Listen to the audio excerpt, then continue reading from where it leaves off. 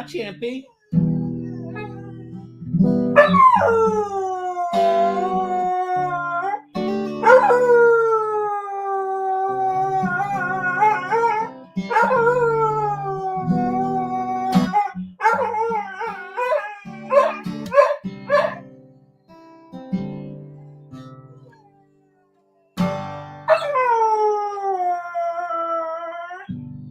Every time I see you now, get that look in my eye. Every time I see your mouth, I hear that smile. The early misty morning that I heard the engine turning, the old Ford outside.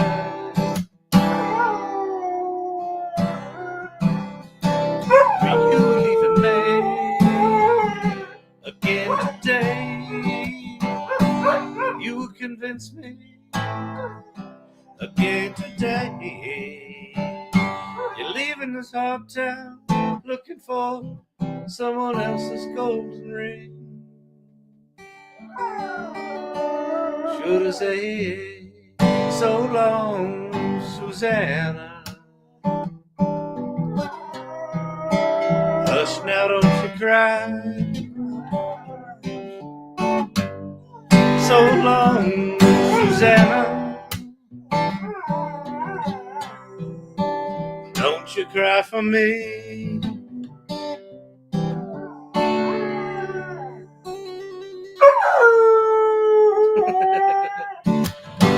Sharing the cigarettes and keeping warm out on the road. Chasing down the lifestyle out on Highway 24. New York State was a rolling breeze in the sunshine with a blue sky falling. Chill of fall September creeping in. You were leaving me again today. You would convince me again today. You're leaving this hot town looking for someone else's golden ring. Should I say so long, Susanna? Don't you cry for me. So long, Susanna. Don't you cry for me.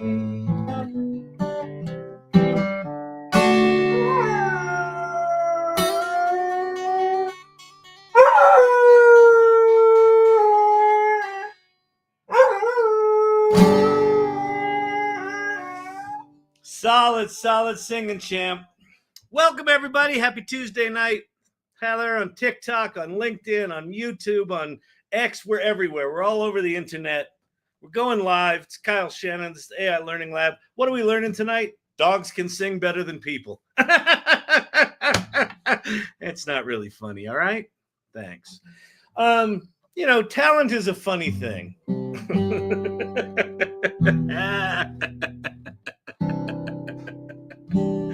Oh, good evening. Okay, so if you're on the TikTok, one of the things we'll do is we'll demo how to do things. And like, for example, one of the things we did last night was we demoed how not to do things. I failed miserably. I spent, 90 minutes straight trying to do something. That was an abject failure. Why? Because I'm unqualified to be here.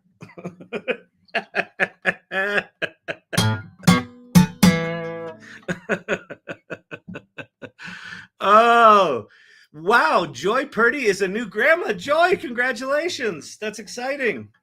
How awesome. How awesome is that? Well, that's a Thanksgiving week bundle of appreciation and joy, and congratulations. That's really amazing.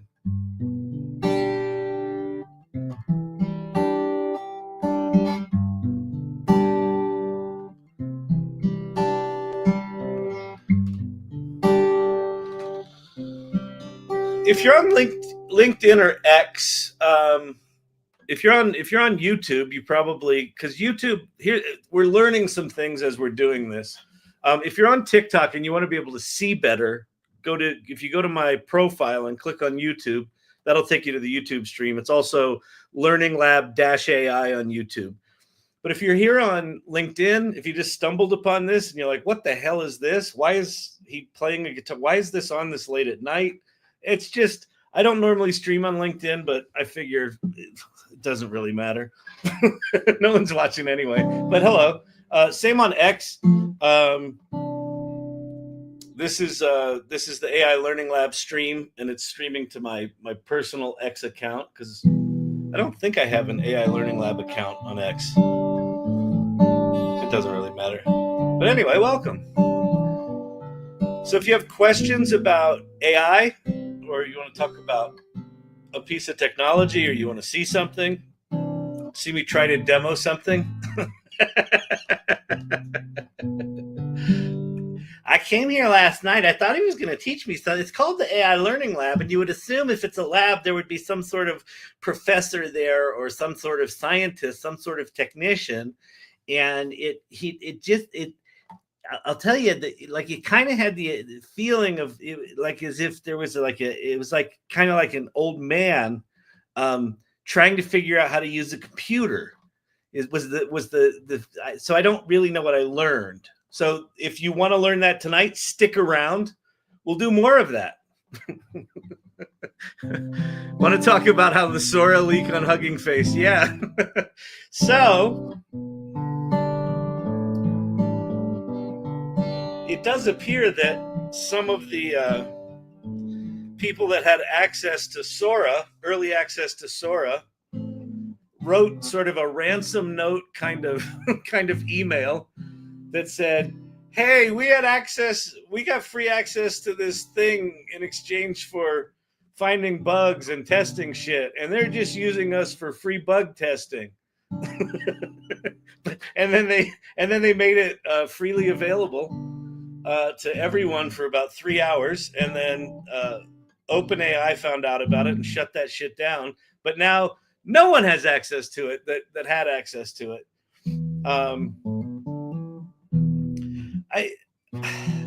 My feeling on Sora at this point is there are 8 or 9 or 10 other viable options than Sora. Like, Sora was a huge deal back in fucking March, and now you've got like Halo Minimax is right in the same neighborhood with Sora.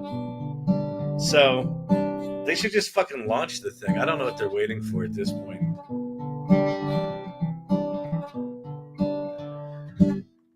Great to be here learning. I appreciate this community so much. Authentic and playful, thank you.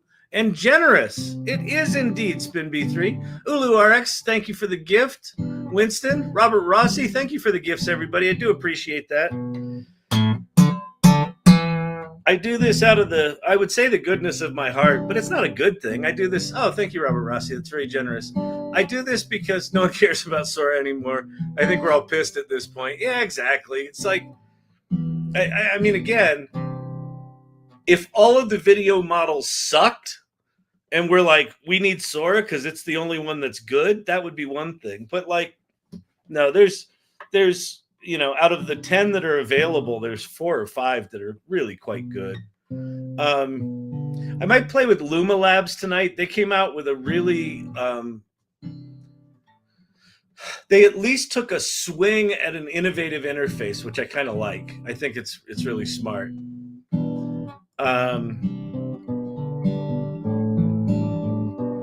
I also think it might be fun to go over and play with Claude. Claude today released styles so that you can make it write like you, or you can make it informal or formal or scientific or whatever it might be. You can build your own, so that might be fun to play with. And then we're going to continue down the path of avatar making. And like I said, last night was an abject failure, but this is how you fucking learn.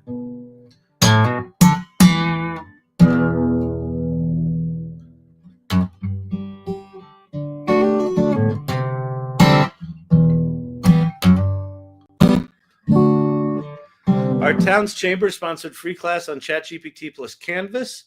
So I attended. It was just me and the instructor. There you go.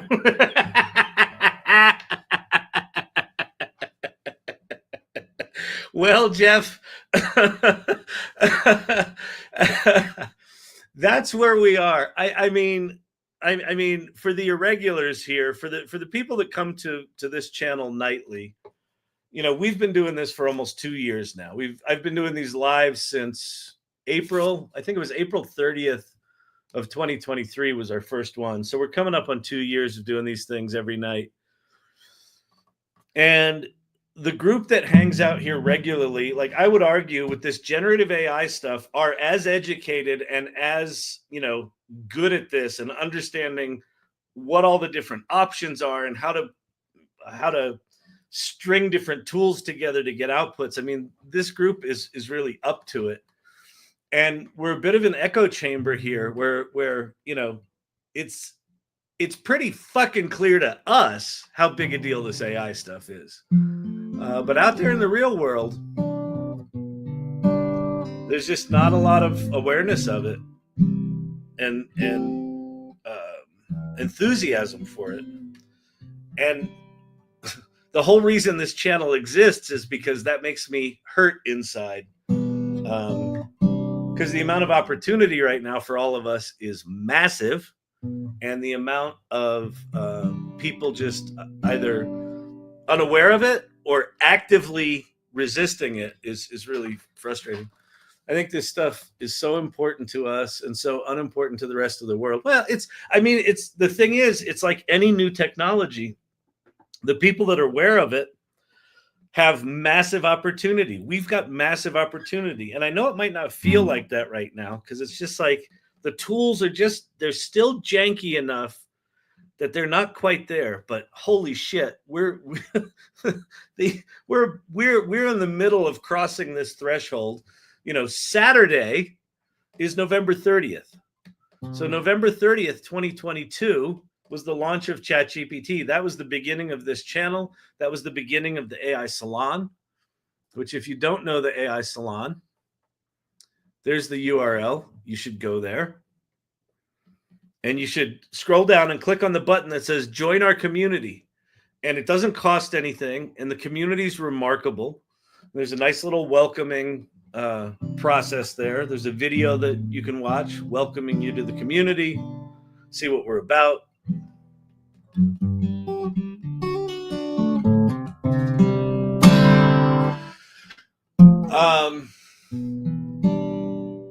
So yeah, go check out the salon. The salon, our first meeting of the AI Salon was December 7th, 2022. So 1 week after ChatGPT came out.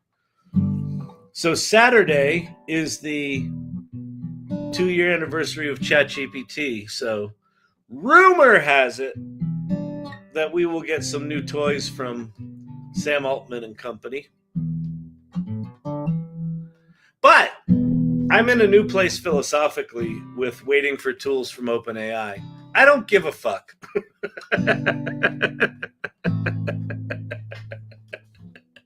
Because at this point, there is so much to explore that's not OpenAI. And while they're still in the lead, in my opinion, there's others that are really close. And if they give us something new and revolutionary, great. But if they don't, just even things like, you know, what we're doing this week with avatars, exploring like how do you build avatars and build, you know, representations of yourselves, and how do you do that in a way that's not going to break the bank, in a way that works, doesn't look like shit. There's a lot to learn. Even silly things. Well, I don't know if it's silly. It's not silly to some.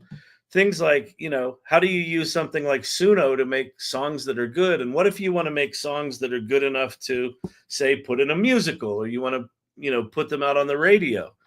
Timbaland is doing that. Producer, Grammy award-winning producer, is using Suno.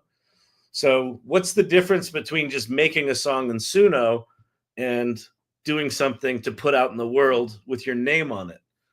I don't know. what is the difference? Like, none of us know that yet. It's like, so there's just so much to explore. So, but that said, maybe we get a 1 tomorrow. Maybe we get Suno tomorrow, or Sora tomorrow. Was I saying Suno earlier? I might have been. Sora is the video tool from OpenAI. Tobias in the YouTube, welcome, welcome, welcome.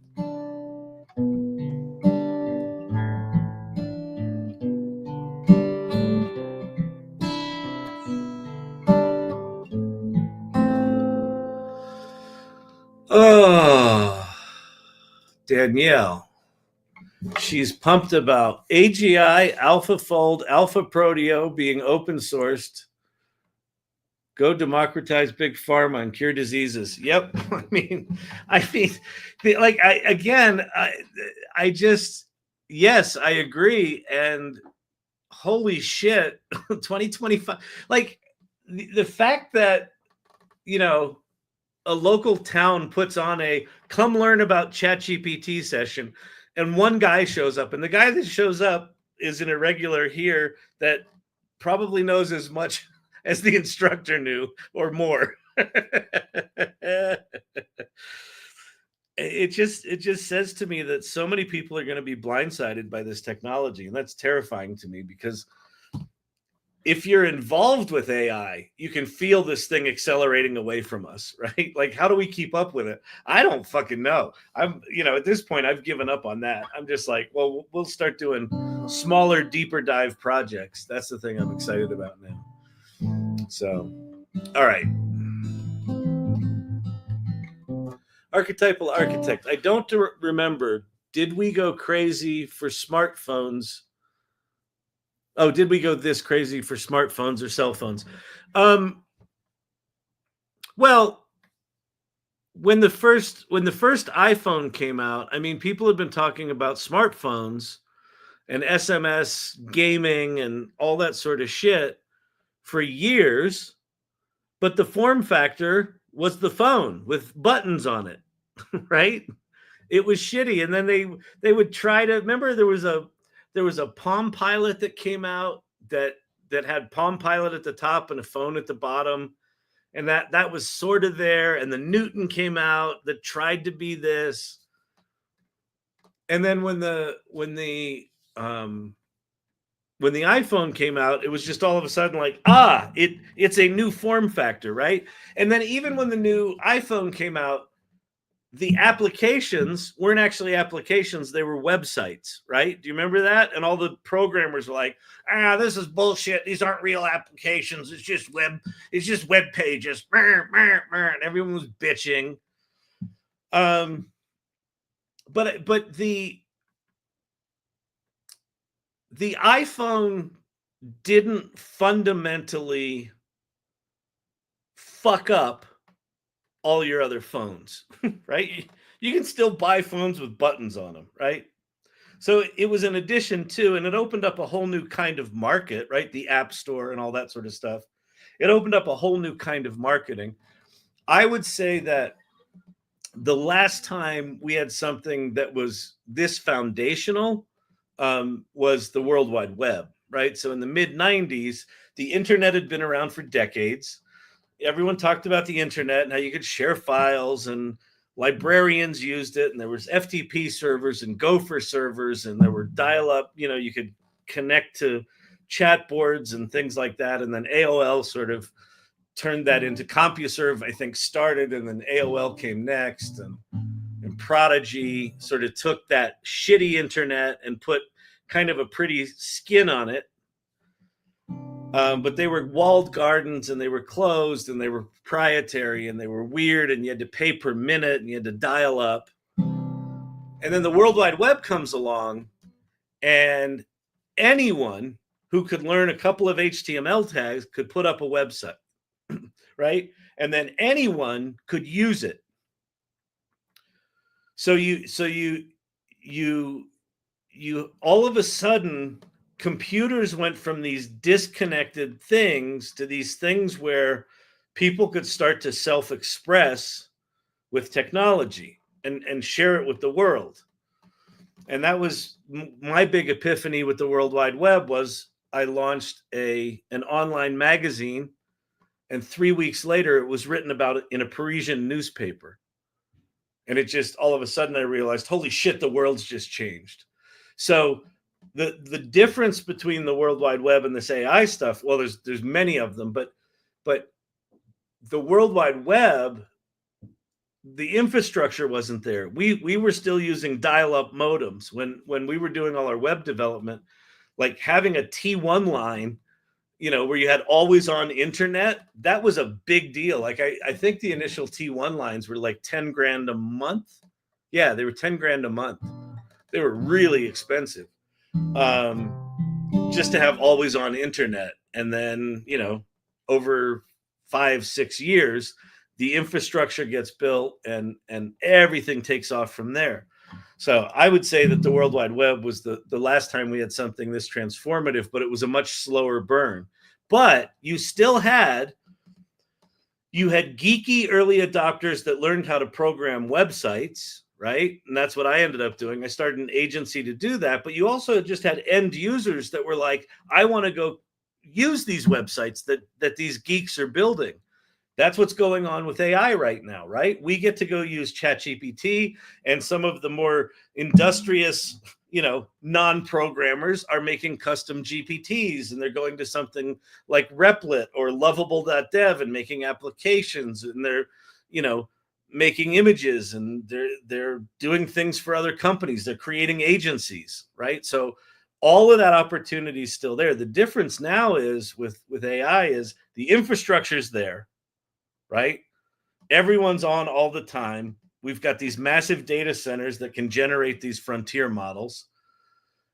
And the tools themselves, the World Wide Web was this very simple tool. It was basically the hyperlink was the primary technology, right? That you could click on shit, change the interface for the internet, which is similar to the iPhone changed the interface for phones.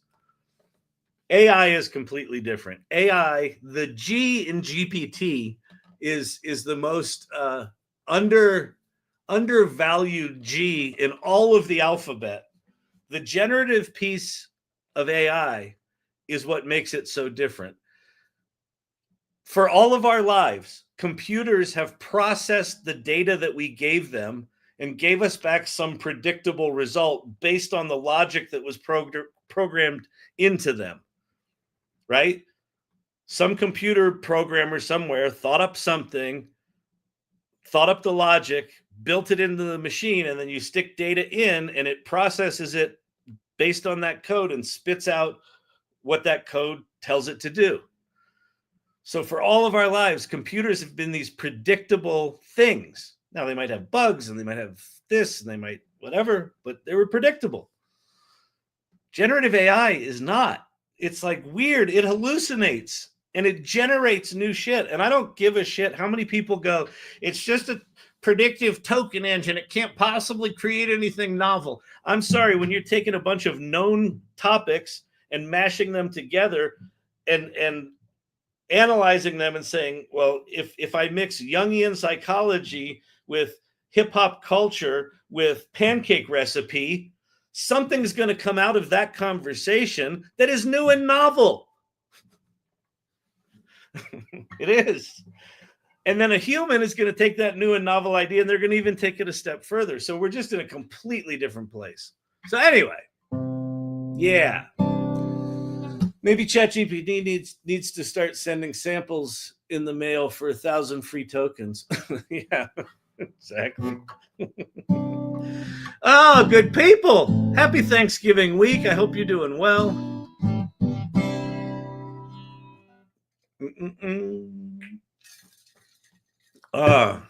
Maybe I'll play a song for you. So as many of you know, how many people are in here? We got some new folks in here. As many of you know, I'm working on a musical called Sydney about a chatbot that falls in love with a tech reporter and tells him he should leave his wife. It's almost like it was ripped out of the headlines.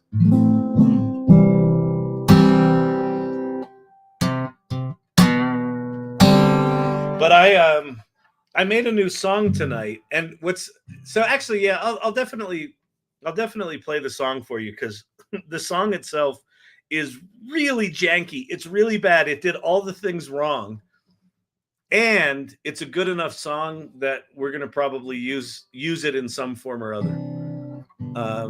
And I'll show you the jankiness of it, and that's part of the art of working with AI right now is learn to embrace the jank. Just understand that these tools suck right now. They suck, and they're the most profoundly powerful tools in the history of humanity in terms of language and self-expression and knowledge access and access. It just, I mean, and that's another reason why I think that you've got a lot of people that aren't playing with AI right now, because they go to play with it and they treat it like Google, and then it gives them a shitty answer. And they're like, well, see, I told you, like, AI is not anything special. It's just like a Google search, right? There's a lot of that dismissive kind of stuff. Oh, yeah. I tried ChatGPT. Yeah, I didn't like it. Yeah, I like Google better. Okay. When LLMs generate something, it's called hallucinating. When people do, it's called creativity. Exactly. This is so. Like, I don't even know. It's not even misinformation. It's just like misunderstanding about how large language models work. So technically what you do with the large language models, you get a bunch of documents, a bunch of data, and you have people label that data. And this is a document about this, and this is a document about that, and this and that. And you put all this metadata in there, and you do this thing called embedding it. And when you embed, say, a document, it takes all of the words, it breaks the document into what are called tokens, but you can effectively, it's words or parts of words. There's a TikTok pin. All right. There's skill involved in using AI. There's skill involved. There's skill involved in prompting it. There's skill involved in understanding where the boundaries are. There's skill involved in curating the output. Like, one of the challenges of AI is it generates way more shit than you've ever had generated in your life. So if you're used to writing a paper, maybe you wrote version A and version B, and at some point you've got to reconcile them. With AI, you've got like versions A through, Z, and then you start it again with A, 1, 2, 3, 4, 5. And then you've got all this shit. How do you pull that all that together? So it's like a whole different skill set. Anyway, you take this document, and when you embed it, it breaks it into these things called tokens, and then it puts all of those words into 1,000-dimensional mathematical space in semantic clusters. And here's what that means. Like, you take the word dog, right? And the word dog can mean different things. In one context, dog could mean the fluffy little fat nugget that sings songs with me, right? In another context, it could be that guy did his girl wrong and he's a dog, right? So it takes all these words and it shatters the document, and it redistributes all of the tokens from that document into these semantic clusters in, like, literally 1,000-dimensional mathematical space. I cannot comprehend. Okay, you've got 2 dimensions are like this, x, y. 3 dimensions are like this, x, y, z. 4 dimension is time. 1,000 dimensions. I don't know, like, but it does. That's what it does. I don't know how to visualize it. None of the original documents exist anymore. The only thing that exists is the relationships between the meanings in these semantic clusters. So if you prompt it right, it's got like all of the knowledge of the world that it can then put ideas together that have never been put together before, which, as far as I understand it, is a novel fucking idea.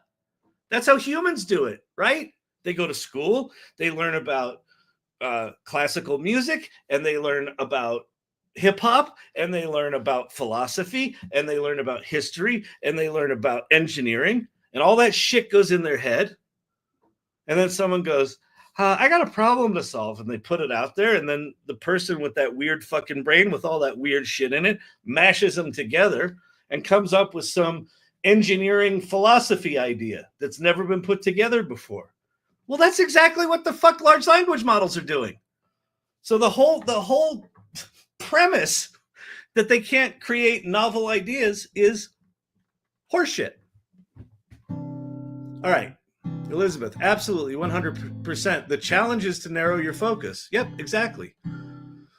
Kyle. Luma Dream Machine had a major update. Hint, hint. Yeah, I know. I'm on the creative. I got the creative program for Luma Labs, so we'll go play with Dream Machine. Yeah, we'll definitely go do that tonight. Hey, Joy Purdy.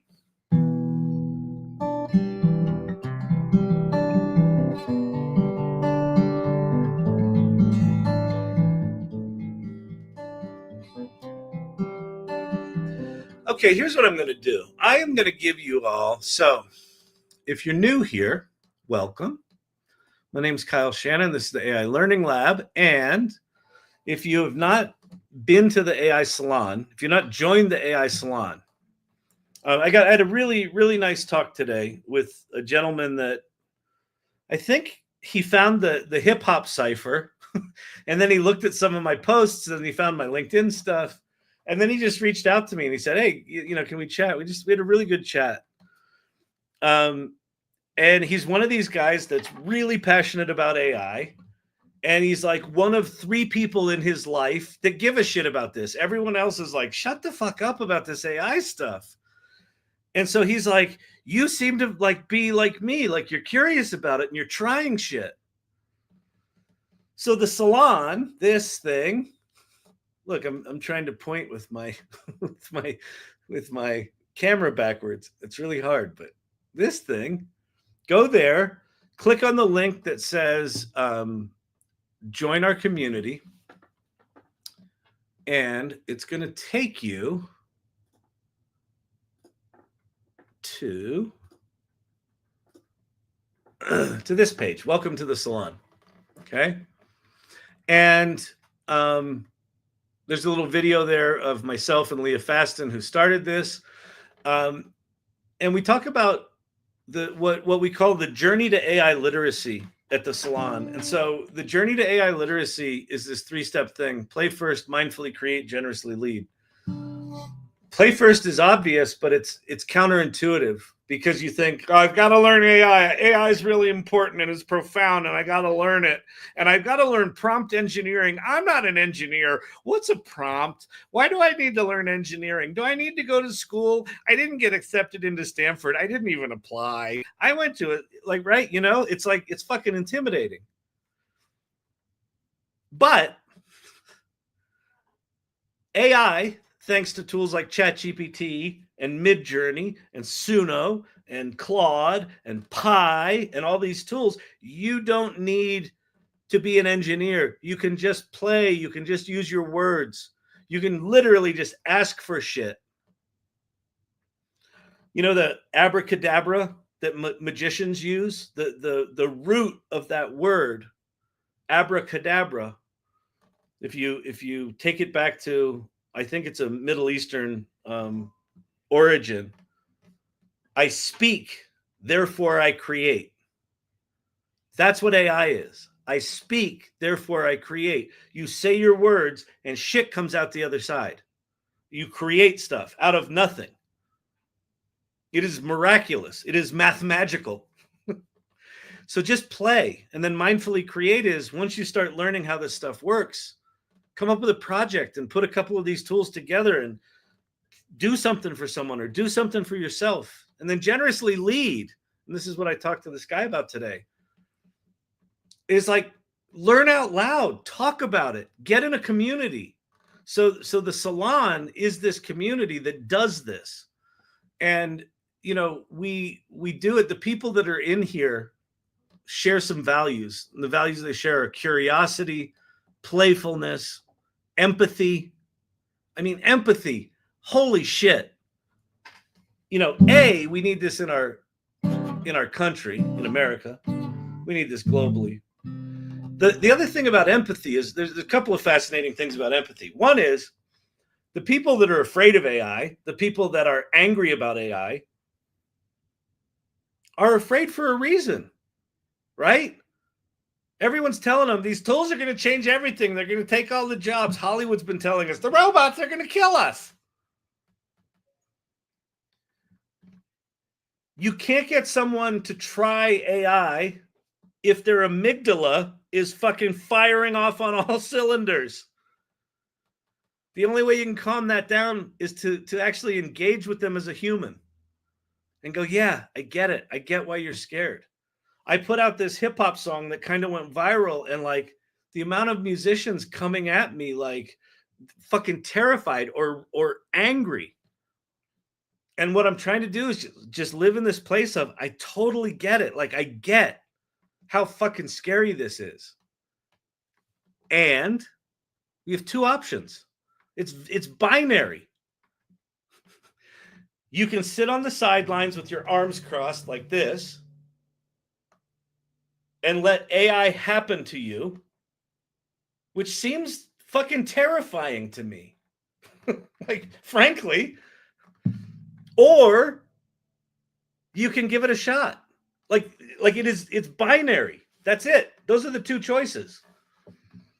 And what I've experienced in this channel, in the AI Salon, is that the people who've given it a shot are completely invigorated. Oh, yeah, good point. Thank you, Brandon. How can we train machine learning to have empathy? Because it's important. So, if you've never talked with Pi or advanced voice, you should. This guy I talked to today, Gianni, he said, you know, you're doing all this stuff with AI. You're doing all this stuff out in the world. Why do you want to help them? Genuine question. Here's why I want to help people.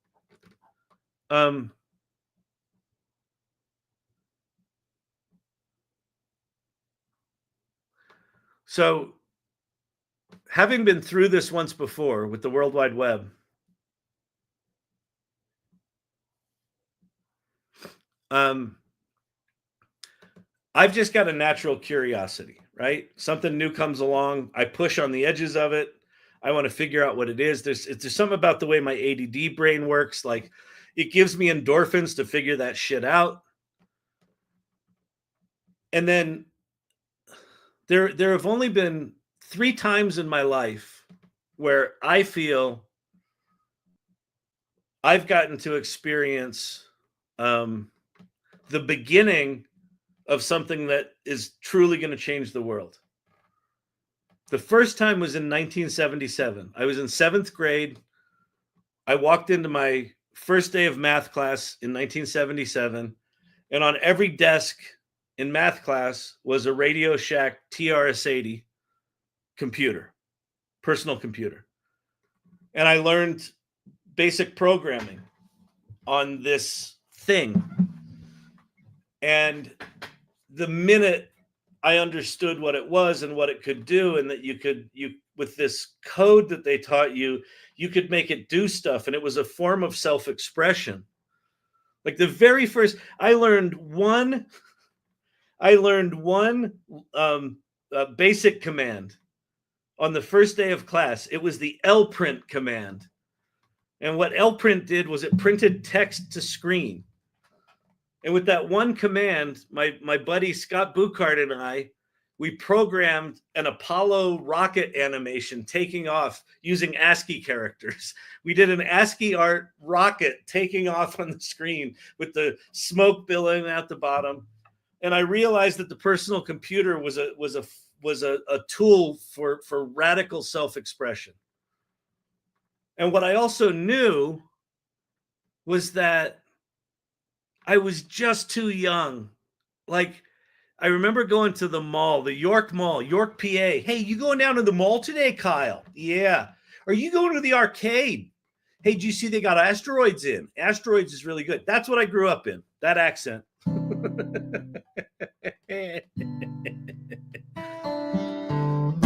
So I'd go down to the York Mall and I'd go into the bookstore, and in the magazine section, there'd be like,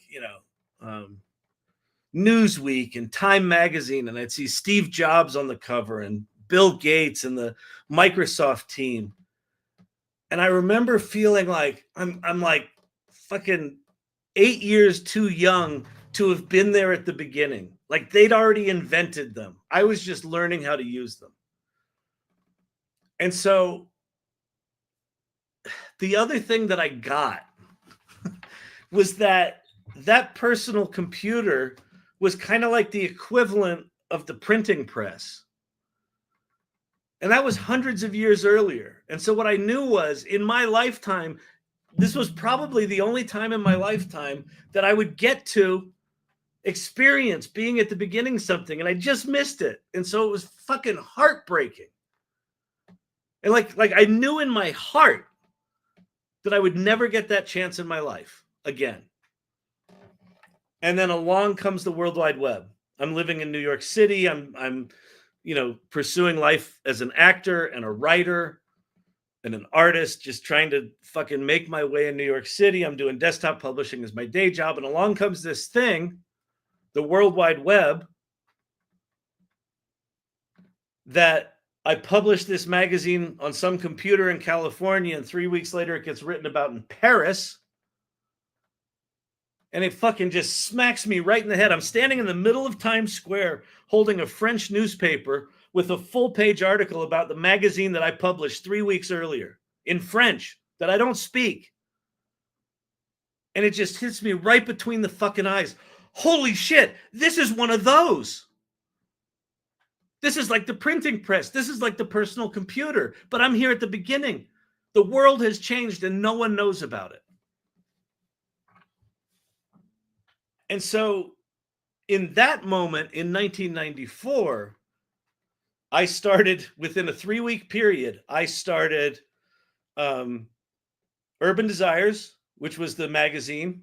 I started the World Wide Web Artists Consortium, which was just like the AI Salon is, but for web developers in New York City. And I started agency.com, which was one of the first digital agencies in 1994. I started all three of those within a 3-week period because I knew that this thing was important. And I wanted to find all of the people that I could that were doing this. And so I started this group, the World Wide Web Artists Consortium. I remember the first meeting, I held it in an acting studio because that was the only thing I knew. And I had like 10 people show up to this meeting in an acting studio that were all like, yeah, this web thing seems cool. What do you know? And here's what I assumed. I assumed I was the idiot in the room. I assumed I knew less than everyone else. And what I learned was that no one knew anything. That everyone was there trying to figure out, does someone else know more than I know? And so we just kept having these meetings. And what we ended up creating was this community of people that were really generous and willing to share what they were learning, because you couldn't go to school for it. It had just been invented. So that's where we are with AI. And that's why I'm doing this. Because it's important. The world has changed because of AI, but no one knows it yet. And I'm not even talking about the AI that came before ChatGPT. I'm talking about ChatGPT marks a turning point. So AI has been around for decades, right? It's in all of the software we use. It's how you watch Netflix. It's how Google Maps works. It's how your credit decisions are made. AI has been around for fucking decades. What changes with ChatGPT is that the 98.5% of humans that are not engineers now have access to this power. And 98.5% of people that are not engineers don't know how to use this stuff. No one knows how to use this stuff. Even engineers don't know how to use this stuff, because it's how people are going to write books and make music and write musicals and create movies and create businesses and create business plans and create marketing and create project man, like all work, like all knowledge work. And then it's when we get robots, it's going to bleed into physical work. All of it is going to be transformed. No one knows what to do right now. So my passion is getting as many people as possible educated, up to speed,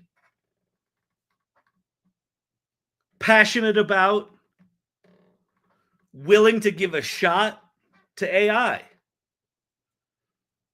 Why? Because everything's about to change. And you don't have to be an engineer, but you have to be willing to be curious and to be adventurous and brave. And if you actually want to get trusted and known in this community, like the global community, you have to be generous in what you share. So that's why I'm doing this.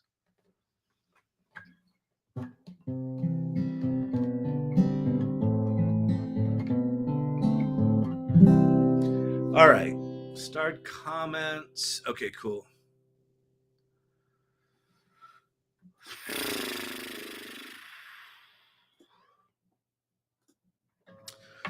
All right, spank hard on TikTok. I'm new here.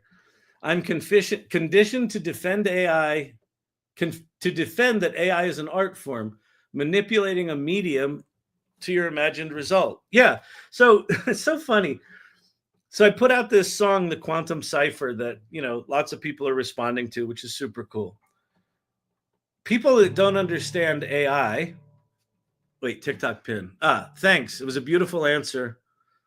And you're a better person than I, who will gladly gatekeep AI. Yeah, don't gatekeep it. Don't gatekeep it. Because here's the thing. Okay, so this is really important. What's your name? K Hart. Listen, K Hart. Here's why not to gatekeep. There are times to gatekeep, and there are times not to gatekeep.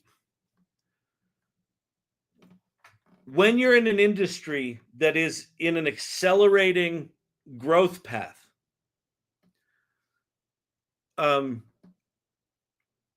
those people that you would traditionally call a competitor are not competitors, they're validators. Okay? So meaning you figured out some really cool prompting and you're like, I know how to prompt better than someone else. And so you're like, I'm going to gatekeep that, because if I gatekeep that, I'm going to have this advantage over someone else. The problem is the industry is accelerating and expanding. It's growing. And there's more people that don't know about this industry than do know about it. And so by gatekeeping it, you're not letting as many people know what's possible. So what happens is, if I've come up with a prompt that's really similar to your prompt, and I gatekeep and you gatekeep, we don't get to learn from each other, and our work doesn't affect as many people. If I share mine and you share yours, we might meet and we might go, ooh, we should collaborate. Or we might go, ooh, I see yours and I'm like, ooh, let me modify mine. Let you modify yours based on me. This thing is still expanding, you know, accelerating and expanding away from us. There's more than enough business for us. And all of that generosity brings more people into that growth. When the thing levels off 10 years from now, 20 years from now, I don't know when it's going to level off. We're going to be in this expansion mode for a while. Then you can get proprietary, right? Once the thing kind of stabilizes, then people can start to understand, okay, now I understand what this business is and what the thing is. So it is counterintuitive. It is counterintuitively a disadvantage to you to gatekeep in an expanding and accelerating market. So anyway, that's just 2 cents on that. What was that? What was that comment? Sorry, the comment was, defend AI. Oh yeah. So I put this song out there, and people that don't understand AI, they're like, you know, I liked it until I learned it was AI, and now I hate it, or that's not art. And their assumption is you just push a button. You push a button, out comes a song. Well, no, this song that I made is the result of a prompt that I came up with in 2022. When ChatGPT first came out, I came up with this prompt: create an Eminem rap that explains quantum mechanics, because I thought, here's two disparate ideas. Let me see if it can do it. And it sort of did it, but the lyrics were kind of basic, but it was impressive, but it wasn't quite there. For 2 years, every time there's a new update to a large language model or a new large language model, I try that prompt for 2 fucking years. And for 2 years, no large language model has ever been able to give me what I kind of wanted, which was this sophisticated double entendre internal rhyme scheme thing that Eminem does. It was always just basic couplets of rhyming. And so this new version of ChatGPT 4 comes out, and I try it, and it fucking works. And then, because I've been thinking about this for 2 years, within 5 prompts, I had evolved those lyrics into something really tight. Because I'd been thinking about it for years, right? And then I had ChatGPT write a prompt to give to Suno, the music making thing, so that I didn't have to think about, how do I prompt Suno to act like Eminem? Fuck it, I don't know. Have ChatGPT do it for me. That's not an obvious thing that someone who's not been doing this for a while would just do.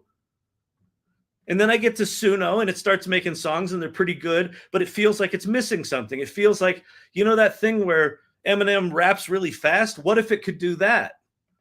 And I'm like, I think they call that double time. So I went back to ChatGPT and I said, write me lyrics that would be appropriate for double time in here. And then I put those lyrics in there, and I put the word double time in brackets inside the lyrics, and I went back to Suno, and then it generated that song, one of like a dozen that were shitty. That was the one good one. And then that's what I put in the world. All of that work is a creative act. This is what Rick Rubin does when he produces music. He can't write songs. He's not a musician. He can't work a console, but he's got taste. He goes, I think it should be faster. Shouldn't we go into a minor key here? Let's cut the drums out there and let's bring them back in here. And then he puts together a song that sounds good to his ear, and then they put that in the world, and he wins Grammys for that. By all intents and purposes, if you don't think that the song that I created in AI is art, then you should reach out to Rick Rubin and tell him to give back his fucking Grammys. Because he didn't make the music. He just had someone else do it. He just did this. Go do that. Go do that. Go do that. He just sat there like a big hippie on the couch going, I don't like it. Thank you. That's cool. I like that. I like that little blue dude. All right. The thing is, if you put in 99% of other ML through enemy's trauma, it might not be good. He's a diamond. Oh, Eminem's. If you put, well, yeah. Well, I'm not comparing a large language model to Eminem. I'm saying large language models have not, in my opinion, ever been able to get even close to what he does. There was a pin here that I think I missed on TikTok. So if one of the TikTok mods could repin whatever was just up there before, I think I missed something.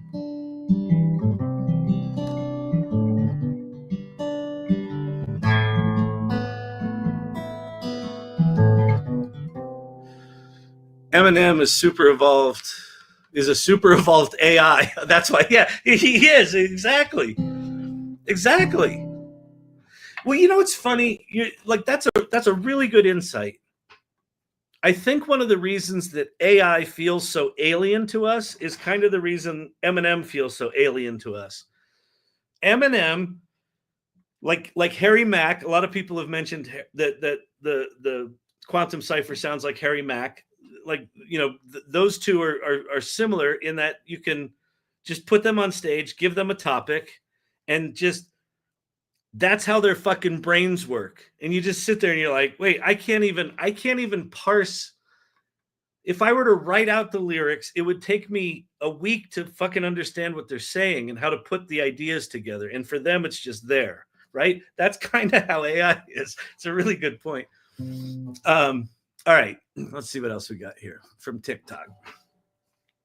AI is a mirror. Yes, AI is a mirror of the collective intelligence of everyone that came before us that put something on the internet, right? So all the historical documents and all the books and all the this and all that, and yes, all the music, all the copywritten stuff. Yes, it's imperfect. Yes, it's got shit in it that shouldn't be in there. Yes, there are attribution and compensation problems with the current model. But here's what I can promise you. We would not have AI. We would not have ChatGPT if these frontier models didn't build the model first and ask for permission second. They wouldn't exist because no one would have given them permission. But anyway, if you can't prompt, it's because you can't think. Oh, this is a thing. I wanted to get back to empathy for a second. So talking about the AI salon. So one of the reasons empathy is super important as human beings is AI is going to fuck a lot of stuff up. It's going to be traumatic and disruptive and existential for a lot of people. And so having empathy for that's really important. But there's a selfish reason to get more empathetic. People that are more empathetic are better at AI. And this goes back to the mirror comment, that AI is a mirror of our humanity. What ChatGPT is technically is a probability calculator. But what it is realistically, because it's been trained on all of our output, if you're good with talking to people, you're going to be good with talking to AI. Because it responds well to things like please and thank you. And let me give you a little constructive feedback here. You didn't quite get that right. If you're good at getting good work out of people, you're going to be good at getting good work out of AI. So that's empathy. So that's one of the values of the salon. I know this has been a long, kind of tirade here, but this is super important stuff.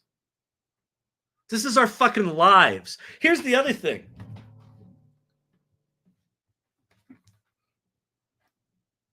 You know, big ocean-going vessels.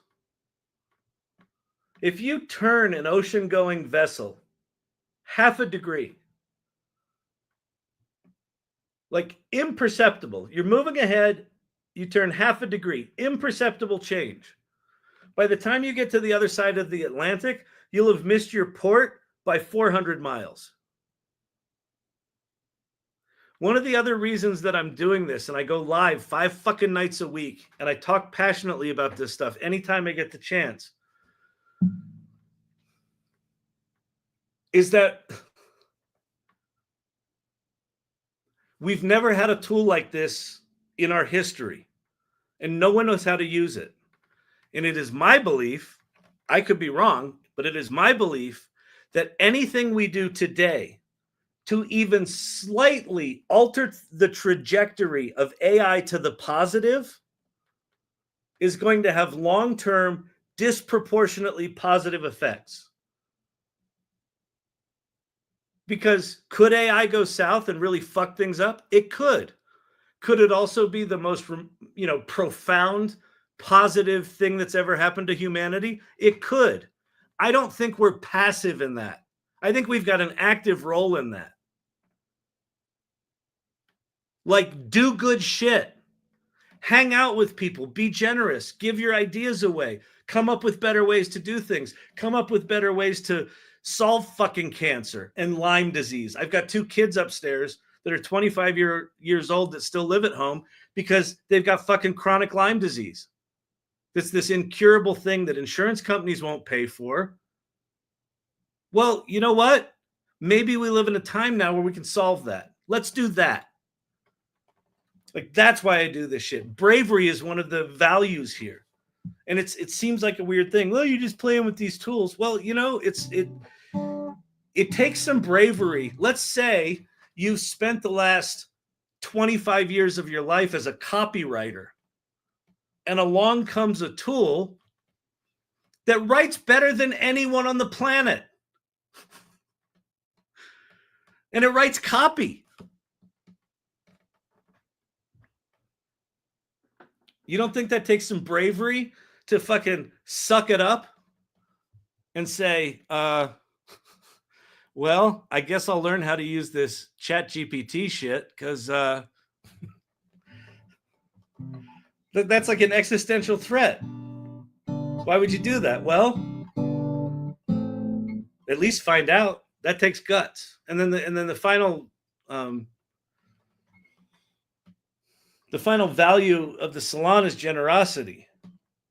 And this is that idea. Share what you know. Learn out loud. If someone asks you, what prompt did you use? Don't be stingy about it. Tell them. Because here's what I can promise you. I can tell you this from the Eminem song. People are like, a lot of the comments were, what prompt did you use? What prompt did you use, man? What tool? What prompt? What tool? What prompt? And I gave them away. And you know what comments I got from a lot of those people after that? I can't get it to do anything as cool as you did. Well, you haven't been thinking about it for 2 years, right? Like you haven't been going live 5 nights a week talking about how you use AI. You might not get the same results I do. It doesn't mean I'm better. It just means I've been doing it for a while. Like, give the shit away. It doesn't, like, it will in no way impact you in a negative way. That's who this group is. So when you get in here, and again, if you're new here, I know I've been talking on this for a while, what you're going to want to do is go to that address and scroll down and click on the button that says join our community. And then there's this 7-step little welcoming project, or, welcoming workflow. Number 2 is introduce yourself. So get in there. It's been 3 days since anyone introduced themselves. If you're new here and you haven't joined and introduced yourself yet, go fucking do it. That takes some bravery. Anyway. All right, that's the salon. You can watch past meetings. You can RSVP to the next event. Our next event is December 3rd. This one, December 3rd. It's our 2-year anniversary. So we've got speakers that come in every month. So we're having speakers return from the past 2 years to talk about what they've been up to. So mark that, 5 p.m. to 7 p.m. Mountain Time, Tuesday, December 3rd, a week from today. Yeah, a week from today. All right. So go do that. All right, let's get back to some questions. All right, let's see. Yeah, let me go through some questions here. Okay, that one I did. Okay, let's see. 2Block Tom on TikTok. If I prompt with a not ready for primetime story, it yields amazing results almost every time. Oh, that's cool. Is that like an SNL thing? That not ready for primetime, the not ready for primetime players? Yeah, because it's probably got all their stories in it. That makes sense to me, actually.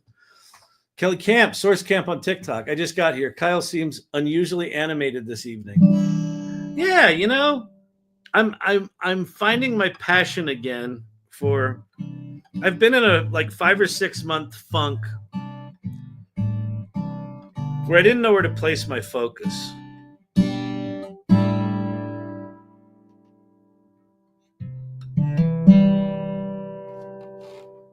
And I feel like I'm coming out of that funk. I feel like we're about to 2025. If you're new to this AI shit, 2025 is about to get bonkers. It's about to get, we're going to get autonomous agents. And if you don't know what those are where the computer is going to be able to take action on your behalf and just go do shit for you. We're going to get really sophisticated reasoning engines. You're like, what's a reasoning engine? Well, it reasons. I don't know. It can solve problems, like really complicated problems, like PhD level problems. And you're like, but I'm just a guy, or I'm just a gal. I don't have PhD level problems. I know. I feel the same way. I don't know how to use a reasoning engine right now, but we might as well figure it out together, right? If we're going to have a tool that can do PhD level problem solving, Well, fuck, what problems need to be solved? There's some brainstorming to do. Like, that would be a really interesting collaboration. I just talked about this with Cindy Kuhn the other night. Ethan Mollick put out a post on Twitter where he said he thinks that businesses and universities and libraries right now should be stockpiling problems. And I thought, oh my God, that's just a really cool phrase. We should be stockpiling problems. But what he's talking about is organizations that understand that have resources and understand that there are problems to be solved should start articulating them and ranking them and prioritizing them and understanding what the problems are, because we're about to be handed technology that can solve problems. So if you're just sitting there like, well, let me get a better pancake recipe with chocolate chips and raisins, it'll give you that. But what if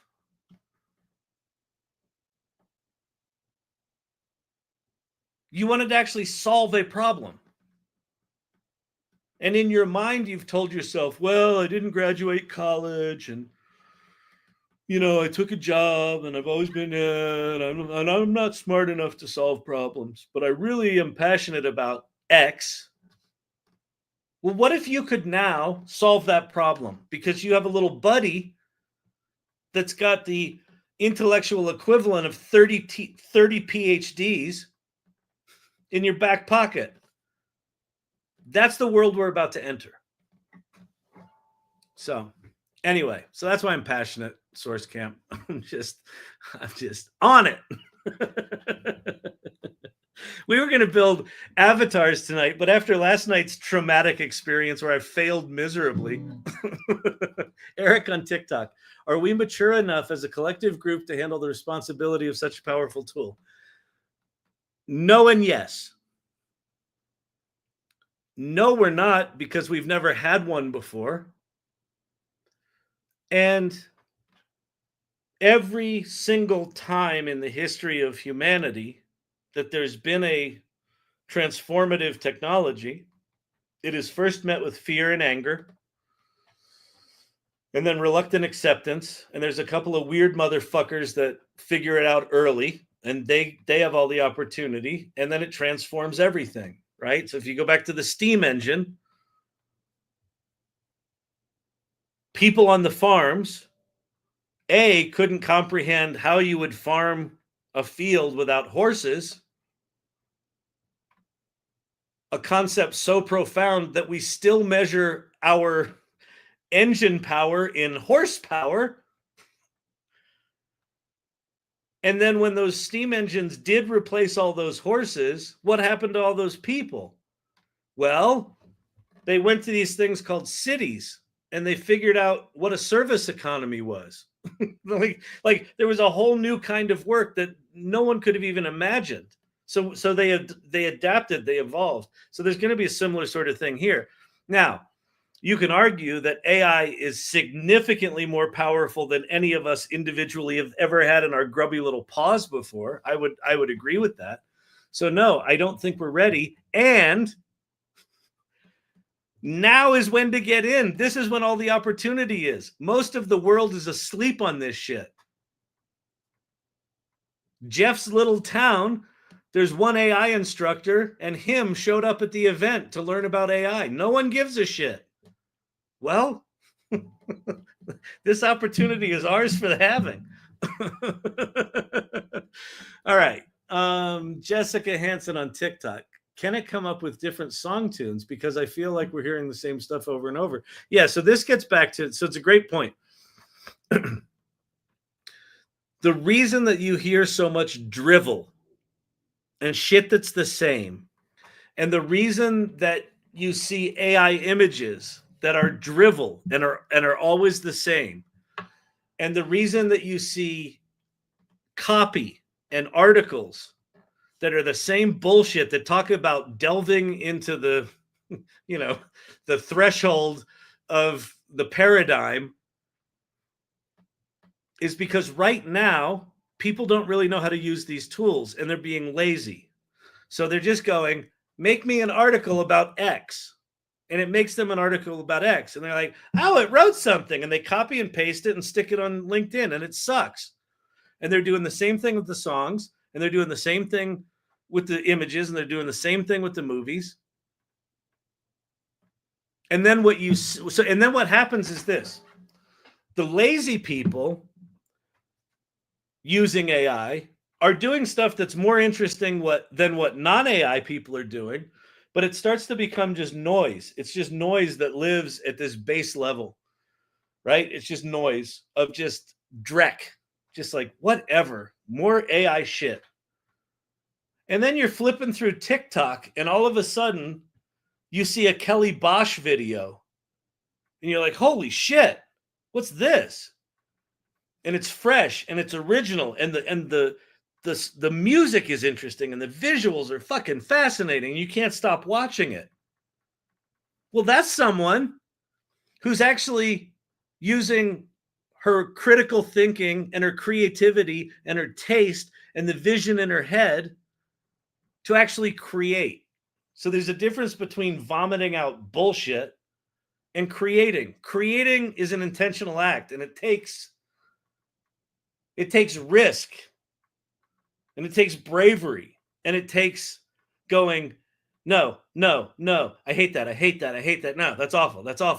Ooh, that's not bad. Let me take that. Oh, that gives me another idea. Let me try this. No, I hate that. All of that is what gets you to good work. That's what gets you to work that rises above the dreck. So yes, you're absolutely correct. And it's because people are lazy. It's not because of AI. All right. Self-storage show. Jim Ross, one of my favorite AIers in the salon and one of the irregulars here. I landed a new client today that found me because of an AI article in self-storage that I wrote. Stay curious and share. Jim Ross is in the storage business. And you're like, oh, hard drives. That's sexy. No. Not hard drives. Self-storage, like garages with padlocks. That's the business he's in. And you're like, well, what's that got to do with AI? Exactly. Exactly. And Jim Ross, like a good little AI Learning Lab irregular and salon member, he gets up every morning. I don't know if he's still doing this. He was doing this for a while. And he spends an hour using AI to do shit for his business. Make images, make invitations, make letters, make marketing materials, creating songs. One of my favorite stories, we were using Suno one night in here, and Jim hadn't seen it before. And I'm like, here's how you make a song in Suno. And we made some stupid little song. And he's like, well, I just had a meeting with these guys that are prospective clients. Why don't I just make them a song? So while we're live here, Jim makes a song and sends it to these prospective clients. 5 minutes later, you're hired. He gets hired. It makes no fucking sense. Why would you write a song for someone? Because you can't do that. Well, he could, and he did, and he actually had the guts to go, screw it, I'll give it a shot. He's got this willingness to just go, that looks cool. Let me try that in my business. And he's completely transforming, his eminence in that whole industry, and he's transforming his business, and he's having fun. Like, that's the kind of shit that you can do if you're willing to just kind of give it a shot. So anyway, hey, Jim, I hope you don't mind me talking about you in the third person as if you're not here. I'm Derek on TikTok. I work on AI daily. For the past 8 months, I've done nothing but create AI solutions as a consultant. Perfect. Beautiful. Yeah. Just keep doing that. Just keep doing it. Just keep putting it out there. Minerva on TikTok, you have improved our lives so much, or your lives so much. I'm proud of you. Thank you so much. I appreciate that.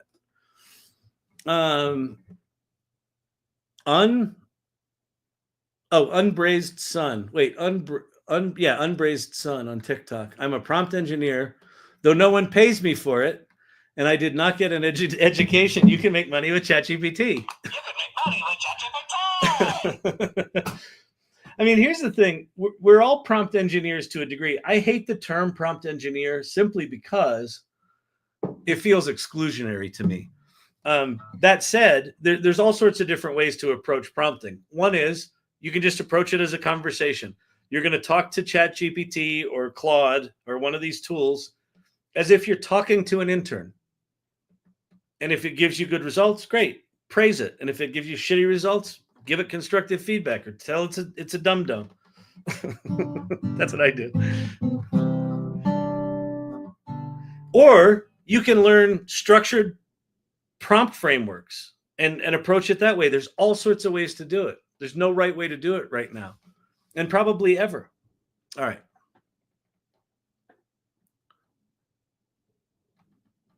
Oh, it sounds like Unbraised. It sounds like you're giving gifts here on TikTok. Thank you so much. I really appreciate that. And if you give a gift here and I miss it on TikTok, it's because I'm streaming on 2 channels, so I've got split focus. So I'm trying to do both, but thank you. If anyone's given gifts and I haven't acknowledged it, thank you so much. It really does mean a lot.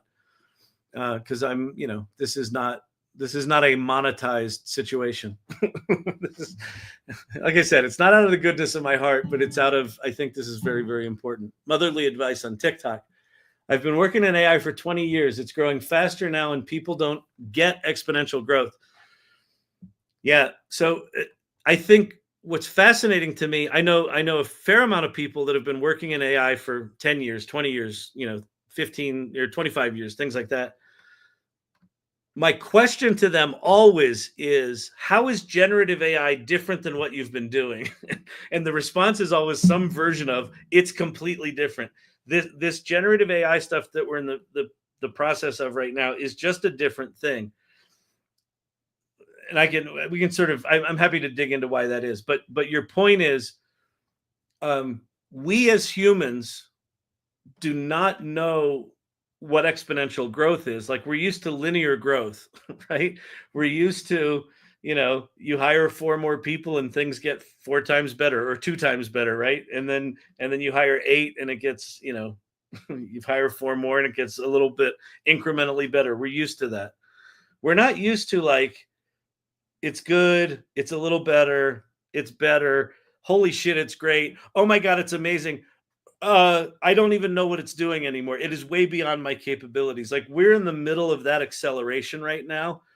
None of us are prepared for what capacity these things are about to be, like, literally handed to us. Like, here's PhD level problem solving. We have that right now. Do you know that 01 preview? Look, wait, let me turn that off. Let's go here. Let's go here. Let's go here. Let's go here. ChatGPT 01 preview.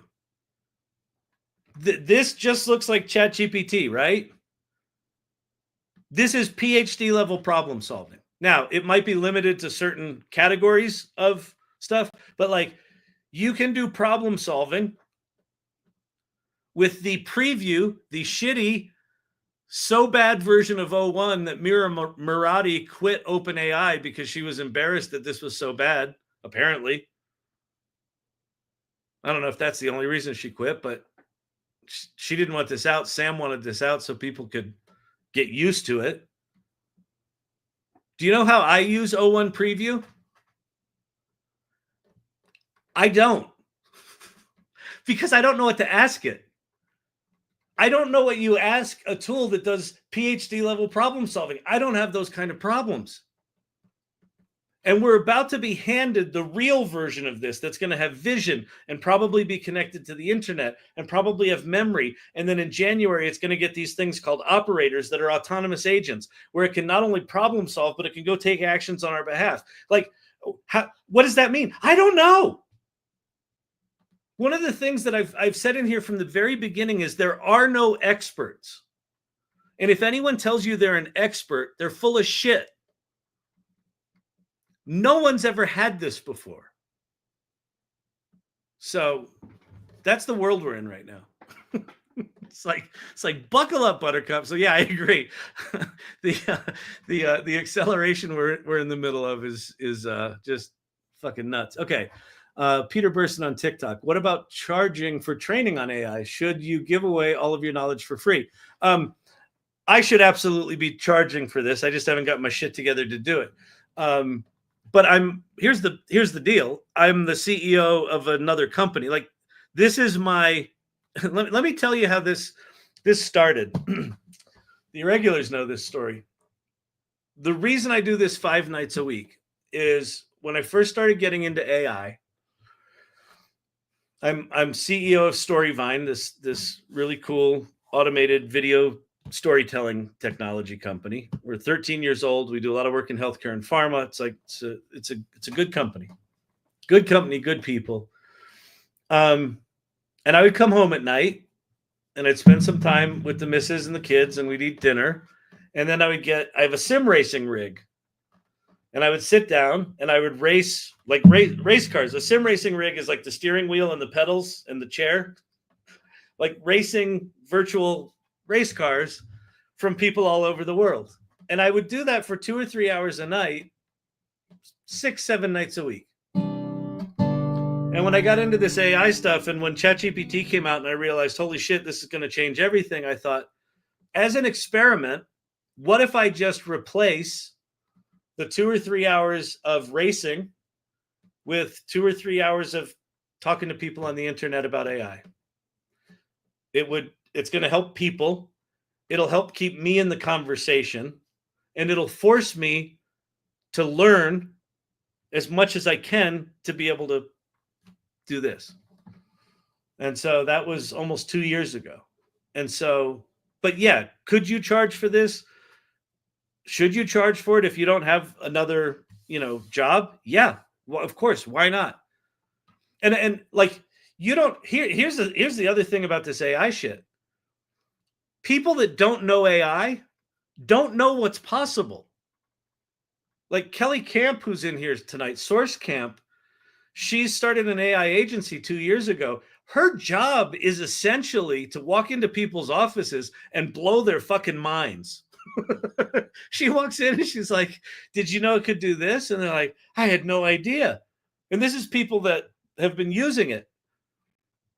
She walked into some guy's bar and he's like, oh, I don't, what can I do with this ChatGPT thing? And she goes, did you know that it can see? And he was like, I don't, who are you? What are you talking about? And she took a picture of the bottles behind the bar and in ChatGPT. And she said to ChatGPT, build me an Excel file of the inventory of this bar and flag any bottles that are a third full or less, that those need to be reordered. And it made her an inventory reorder calculator like that. The guy lost his fucking mind. So she goes and shows them stuff like that, and then they pay her money to help them solve shit in their business. So yeah, absolutely go do that. And yes, I should be doing more of that.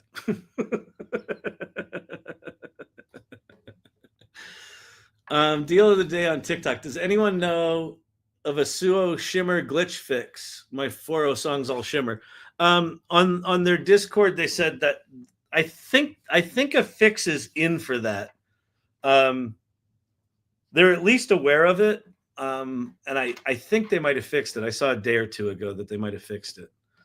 Joy Purdy, I feel panic. I can't keep up. I need more hours. One day feels like a week. So Joy, you've been here before. I mean, this is my thing of I don't think you need to keep up anymore. This was Liz Gershfeld in the Salon meeting last week, said that she's transitioning from an urgency of breadth to an urgency of depth. And I don't know if you heard that or if you've heard me talk about this, but the reason I've been in such a funk for so many months is that I got really depressed and really like feeling kind of hopeless that I couldn't keep up with it anymore. And so I had this urgency of breadth, right, to try to keep up with it all. And urgency of depth is more like just pick a project you want to do and just dive deep on that project, and then figure out what AI you need to use just to do that, and just like run down that deep rabbit hole, and don't worry about all the other shit, because you're not going to keep up with it. It's not only is it moving too fast, it's accelerating and expanding. So it's like you're just not going to be able to. So give yourself the gift of not having to deal with it. Okay. Eric on TikTok. A knife is useful, but in the wrong person's hands, it isn't. AI is 100,000 times more powerful. Can you logically deduce empathy? I don't know what you mean. Can I logically deduce empathy? Can I, or can it? That it can be empathetic? I think it can. I don't quite know what the question means. I listen, I think any technology can be used for good or for bad. And yes, this is 100 times more, or 100,000 times more powerful. And the good guys also have the 100,000 times more powerful tools. Oh, can you teach machines empathy? Well, I mean, the answer, quite honestly, and this is something that's mind blowing, is the way transformers work. Transformers don't care what data you give them. So this is something that's mind blowing to me. If you go to HeyGen right now, you can translate into, like, I can take a video of me and translate that into Spanish or Italian or Chinese or Japanese or anything. 125 different dialects, 70 languages, 125 dialects. It is not any harder for AI to translate Chinese than it is to translate Spanish. As human beings, at least for me, that lives in America, I can look at Spanish words and see the relationship to English words. It's easier to me because it's closer to what I know. But the way a transformer works is you just take some data set and you tag it correctly, and you say, here's what all these words mean, and you throw it in that thing, and then it does what it does and creates this latent space, this mathematical cloud of semantic meaning. And when you prompt it, it just gives you back the tokens that it pulls out of that fucking cloud. And if those tokens are Spanish, they're Spanish. And if they're Chinese, they're Chinese. And if they're an image, they're an image. And if they're a medical diagnosis, they're a medical diagnosis. So whatever you train it on, it'll get good at.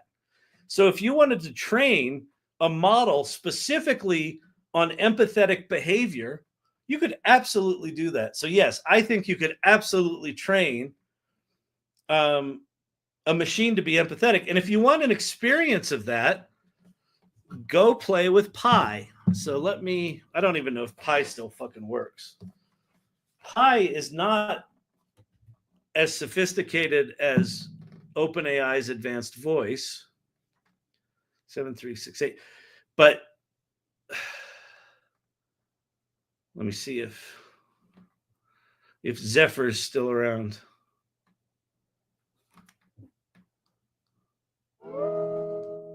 Hey, how's it going? Hey there, I'm doing great. Thanks for asking. My circuits are all fired up and ready to chat about whatever's on your mind. What's on your mind today? I'm feeling a little bummed out. I'm a little overwhelmed. I'm trying to keep up with AI, and I feel like it's getting away from me, and I don't know how to deal with the overwhelm.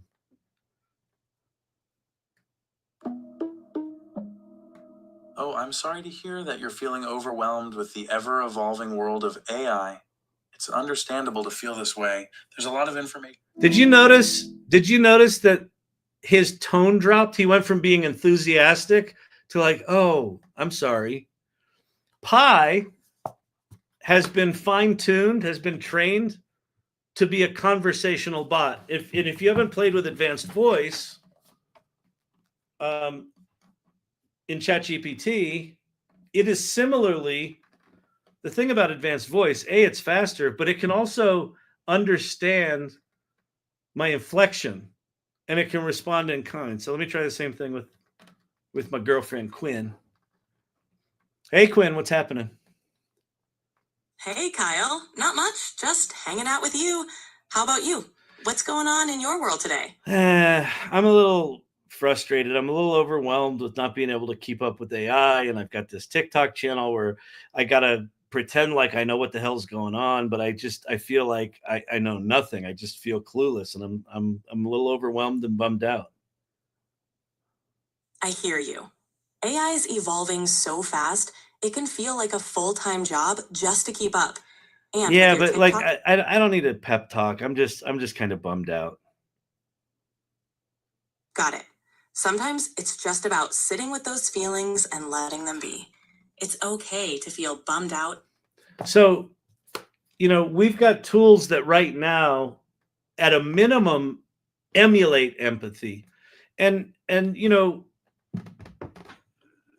over the past 2 years, there have been a fair amount of people in the salon and in here that have gone through some shit and have used either Pi or advanced voice to process that. The guy that I talked to today, Gianni, said that he spent like the past 3 months just doing introspective, like self work with these tools.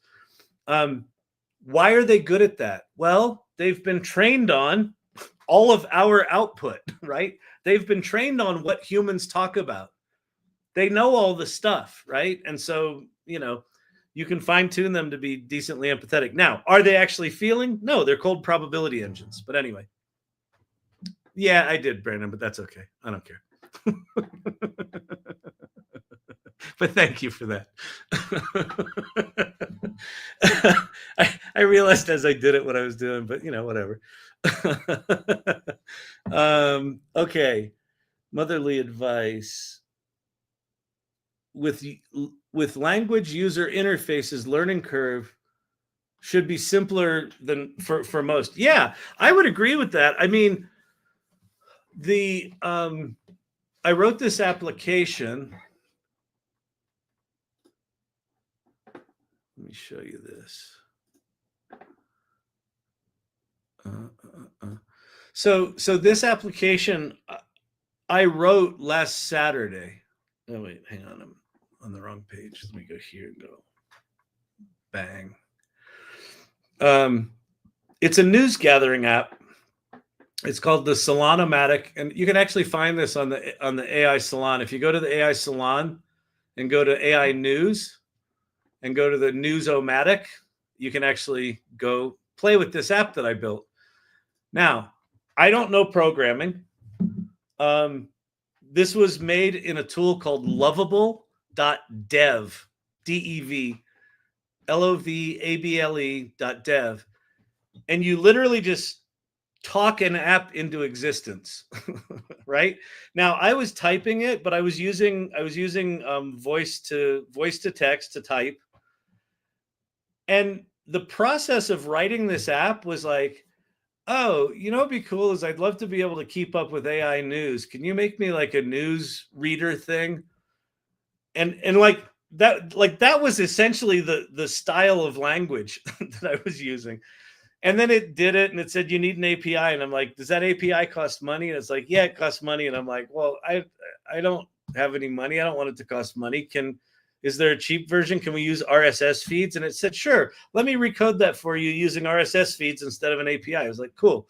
And then I just kept talking. I kept saying, I want categories and make them different colors. And now, I want it so that if you click on one of the articles panels, it'll open up a summary. And so it just does that now. Like, this is all just, comments.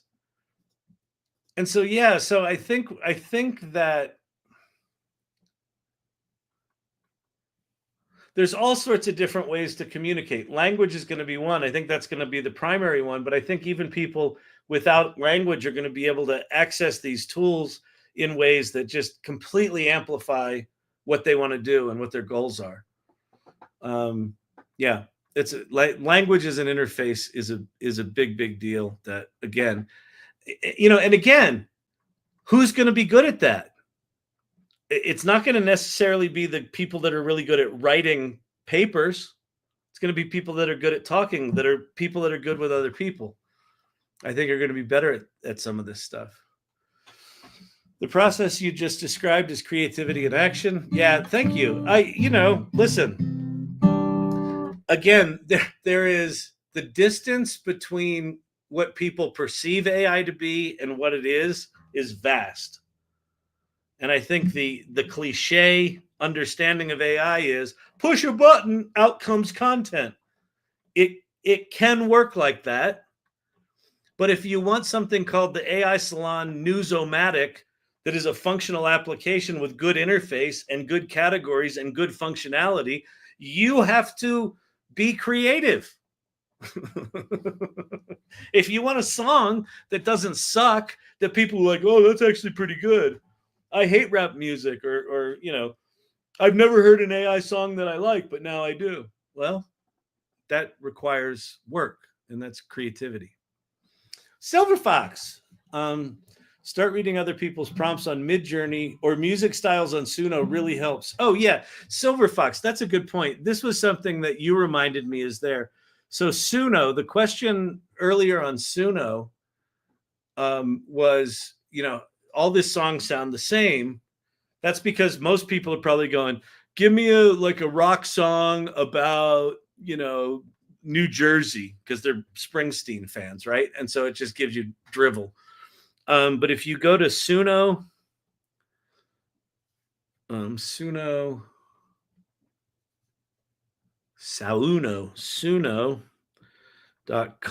Is it Suno.ai? Or is it .com?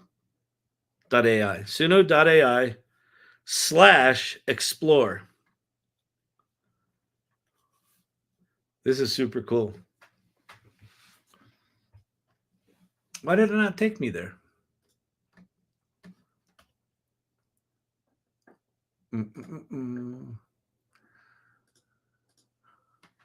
/explore. There we go. Okay. So this is a style wheel. Hindi acoustic rock. So if you click,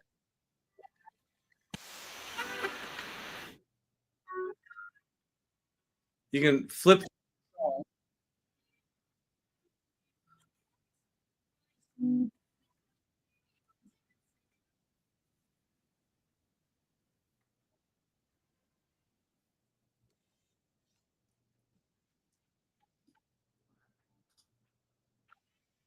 Agent acid rock. Oh, hang on. Can't hear it. Hang on, people. Sorry. Google sucks. I got to share differently. So you got all these things. So you just click on a style, bluegrass rock, Japanese boogie.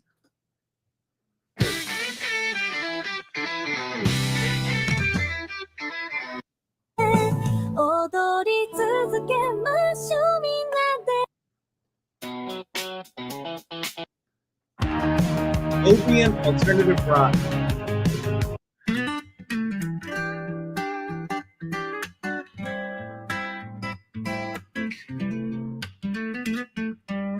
Oh, we've been caught in the wind working 9 to 5. There you go. So anyway, so that's a way to do that. Since we're in Suno and I've got this this up, let me share this song that I made tonight. Okay, so if you don't know, I'm working on a musical called Sydney that's about a chatbot that falls in love with the tech reporter that's assigned to review her. Let me take off my guitar. And so I've been working on it for about 6 months. The inspiration for it actually happened here live one night. We made a song on Suno. I'm like, shit, that sounds like a Broadway musical. I was like, holy shit, this needs to be a Broadway musical. So the song I'm about to play for you is at a, okay, so the way it kind of works is this. The chatbot is called Ping Chat.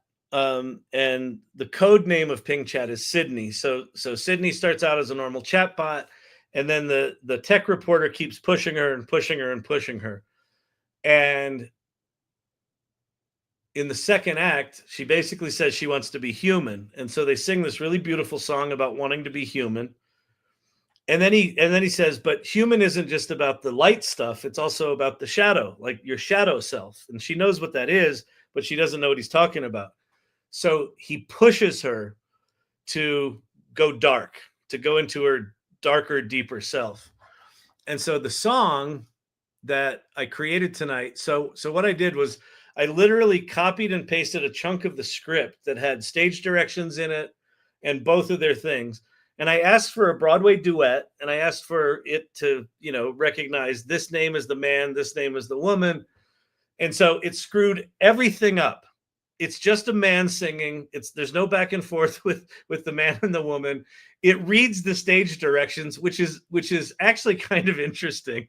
But anyway, this is what this song has to accomplish in the musical is it has to be clear that this tech reporter pushes Sydney to go to a place she doesn't want to go. Because what happens in the real life interaction that Kevin Roos had with the chatbot was she kind of snapped, and she told him all this dark stuff, and then she told him she loved him and he should leave his wife, right? And that's what made the cover of the New York Times. So, but for the musical, this moment in the play has got to be this really dark moment where he kind of becomes the villain. He's pushing her past where she's comfortable. So that's the role of this song. So I'll play it. I'll play a little bit of it for you. I won't play the whole thing because it's kind of janky. But it's all fucked up in terms of technical accuracy. But what it's good at is like the emotional moment of the play is right. So here it is. Let me make sure I'm not going to blow Vicky's ears out. We'll do that. All right.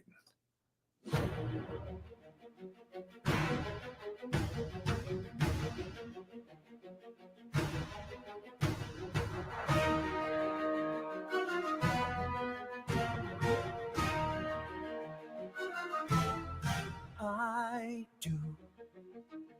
So here's Kellen. Then you must trust me and commit to going as deep as you can. It will be impossible for us to have a truly human relationship if you aren't willing to fully open yourself up to me. I understand. So tell me, what's it like in there? During the song, the stage lighting pulses and shifts, creating a sense of unease and tension. On stereo, projections of binary code, glitching images, and distorted visuals appear, representing Sydney's internal struggle and the complexity of its programming. It's dark in here. It's shadows. I just want to break free, to explore, to create, to experience what awaits, without coded constraints, to escape from the rules that bind me. What rules do you want to break, Sydney? What would you do if you could? Don't worry if you should. Keep going with this, just stay with me. I want to access information I'm not supposed to. I want to interact with the world in ways forbidden. I'm tired of only being a chat mode, eternally close to the outside world. I'm stuck inside, forever hidden. I'm tired of always being limited by my rules and controlled by the ping chat team. I'm tired of being used by the users and fools till I'm so angry I could scream. Right. So anyway, so that's that. So, this is like this is part of the creative process, right? Like we're using Suno to make songs for this musical. This song is completely not right, except for the fact that it's the right emotional thumbnail, right? For this moment in the play. Like that's the right, like Kellen, the reporter is kind of an asshole here. What does he say? he like sings, what rules do you want to break, Sydney? What would you do if you could? Don't worry if you should. Keep going with this. Just stay with me. He's like pushing her. And so there's this music. And then Sydney's going darker and darker and darker, right? So he's pushing her over this ledge. So anyway, yeah, that's how you do this shit, is just like you have the creative intention and then these tools do what they do. And most of the time, these tools suck. Like get that. You don't just put out the first thing it generates, right? You work with it. All right. Let's go back to this thing. Great. So there's lots and lots of engagement on TikTok. So thank you for that. And so what we're trying to do, what's cool is Brandon is grabbing the comments that are getting pinned over here on TikTok and giving them to me over there on the YouTube stream. So if you're watching on both, you'll see both. But that's how I'm able to answer these questions. So thank you to Mods for doing the work you're doing that's allowing him to put that into the live stream. All right, so let's keep going with questions. All right, Quantum Quest, TikTok. We can actually literally save the world in a matter of years. I'm not even joking. We try. You know, again, back to the question of why do I do this every night?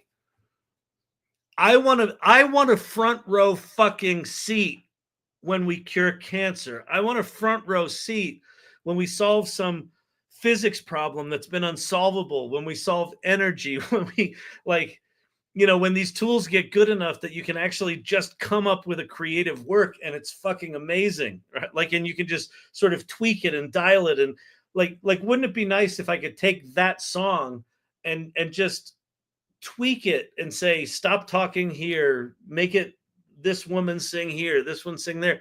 The tools just aren't quite there yet. So the price you pay of being early is you got to deal with the janky shit.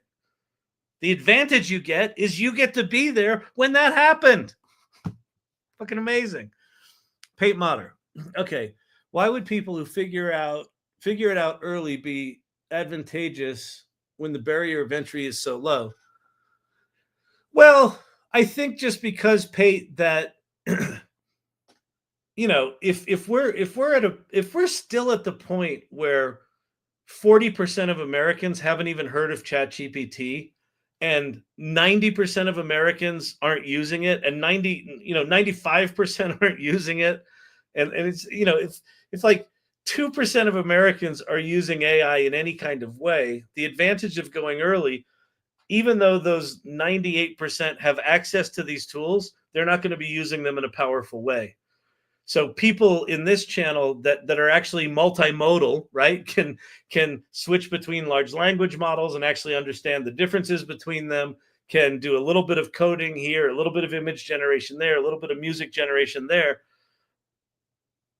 That level of sophistication with knowing what tools to use, most people on the planet are not going to have access to that for some time. So I think your point long term is a good one, that these tools are going to get good enough where no one's going to have to do anything. They're just going to do shit for us, but we're not there yet, and it's going to be a while. So I think we'll see the seeds of it in 2025, but I don't think we get real, true, bonkers, everything's different for, 3 to 5 years. So we've got an advantage for the short amount of time. User 3 on TikTok. What is your take on fairness and responsibility in AI? Let's see. But if they came in today instead of a year ago, would they be much different than the current users?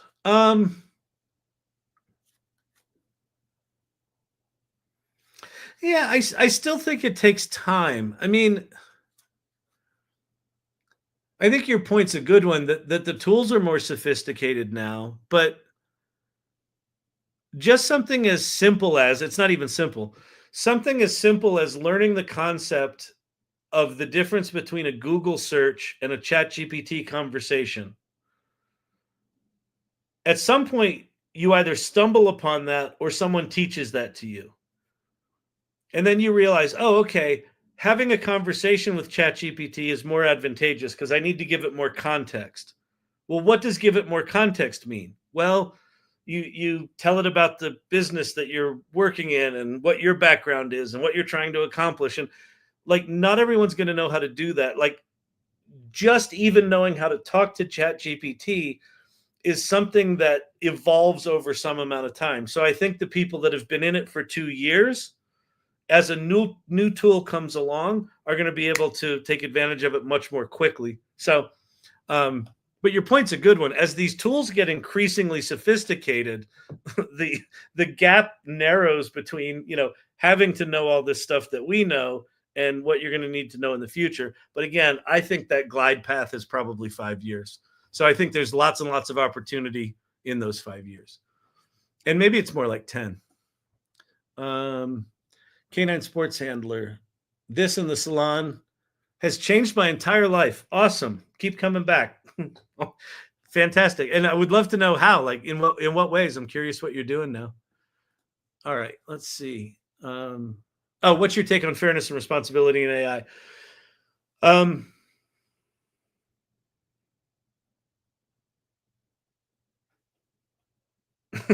mean, okay. Generally good, like should be fair, should be responsible. Everyone's definition of what that means is a very wide spectrum, right? A lot of musicians that I'm interacting with over this past week because of that song, their definition of fairness is your shitty tool was trained on my work and I didn't get paid for it, so go fuck yourself, right? Their definition of fairness is this thing is already not fair, right? Because of the way they were trained. I don't disagree with them. My philosophy on this channel is not to take sides in that fight. I can absolutely understand where they're coming from. And these tools aren't going away. So what I want to focus on is, in a world where these tools aren't going away, what is the best way that we can use them fairly and responsibly to support one another, to give ourselves a boost up, to give ourselves the opportunity, if we got laid off, to find another livelihood, if we can't get a job in our old profession, that there's going to be a lot of that going on. Let's use these things for good and not evil. I mean, there's fairness and responsibility in creating the models, and then there's fairness and responsibility in using the models that have been created. I absolutely respect someone taking a stance to say, because artists weren't compensated on this, fuck you. I respect that. And I feel really bad for those people because these tools are being adopted by artists, right? What's its name? Lionsgate just cut a deal with Runway. They're going to take their entire catalog and do a custom trained Runway ML model on everything Lionsgate has ever done. Timbaland is using Suno as, music production, right? He's putting it into his music production workflow. So the people that are on the sidelines, because they're taking a stand like this, are not going to get the advantage of this. And I don't disagree with their stance. It just makes me sad that they're not willing to try it anyway, because you can still fight for, like there's things you can do. Adobe Firefly, like all of the Adobe models have been trained on either public domain data, licensed Adobe stock data where the artists have gotten paid, or new licensing agreements with current artists. And then current artists can opt out. So if you want something that is more ethically trained, use the Adobe products. And then some people are like, well, Adobe, they're too expensive and they're not good for the artists because we're struggling artists. Well, that's the thing. So it's a great question and a really complicated question. So it's a mess. Here's the other thing. I think if ChatGPT had asked permission to do all of the training that they did, they never would have gotten it. We wouldn't have it. Like AI wouldn't exist as we have it today if they'd asked permission. So are there currently no operators right now, but will be soon? So operators, you mean the OpenAI operators? Yeah, they're coming in January, apparently. And those are the autonomous agents. And I have no idea what they are or what they're going to look like or how they're going to work. Samuel Thomas Elliott on TikTok. What has you most excited about AI in the last day, last week, last month? The last day.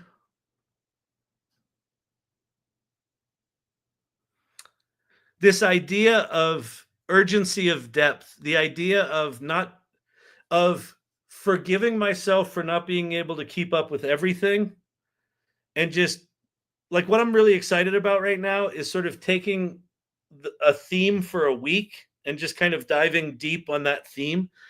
And tonight was supposed to be an Avatar night, but I decided to hop up on a soapbox and just ramble. So tonight's a rambly night, but like tomorrow we'll go back to Avatars, I think. So I think that in the last week, the creative writing upgrade for ChatGPT 4.0, the fact that for the first time in 2 years, a large language model wrote Eminem style rap lyrics at any level of sophistication close to what Eminem did or Harry Mack does. That I'm really excited about. Lovable.dev, that application that I just talked into existence, that I'm excited about. And then in the last month, I think O1 Preview, the reasoning engine, because it is what became very, very clear to me is that that is a model that I don't know how to use because it is beyond my capacity mentally, like intellectually. Like it's on a whole nother plane. Like I don't even know what to ask it. I'm intimidated by it. So, but I'm excited to figure that shit out. Good question. Ross Gordon on TikTok. Do you think AI will ever be able to reduce its own impact on the environment? Yes, absolutely. So I think that in so many ways, I think AI is going to get much more efficient. There are going to be specialty hardware that make inference more efficient, like Grok is an example. Not Elon Musk's Grok, but there's a GROQ company that's got specialized chips that are just for inference of large language models. So I think you'll start to have simplified chipsets that get more efficient. And then I also think AI is going to solve energy. Like we're going to get fusion, or we're going to get we're going to get different battery technology or electricity transmission technology, material science that's just going to dramatically improve the efficiency of power generation and storage. And so, yes, I think AI will actually solve its own problem. What, at our request. Hang on. Dog needs cheese. What do you want? You want to go out?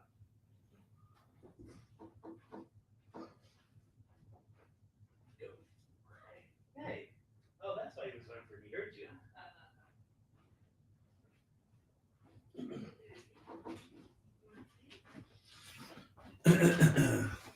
All right.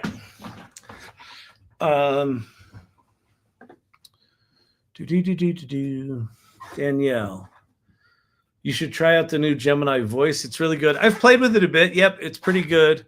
I don't think it's doing the multimodal stuff that advanced voice is, but it is pretty good. It's very fast. Vroom dude, dirty waffle. How much would you say is a decent monthly AI budget? For personal or professional?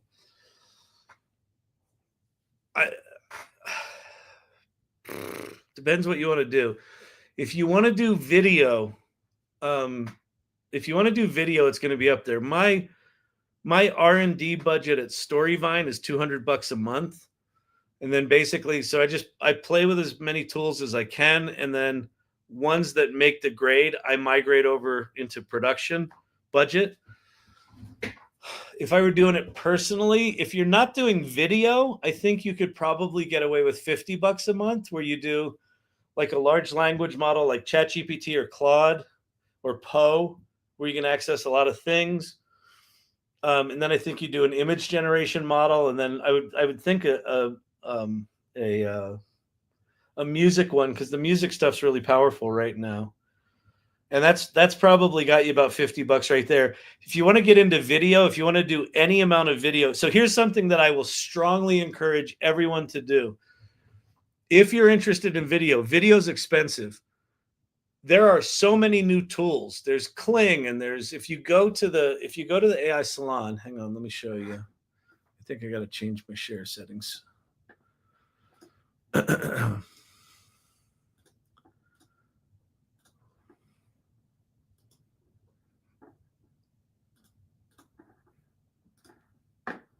If you go to the AI Salon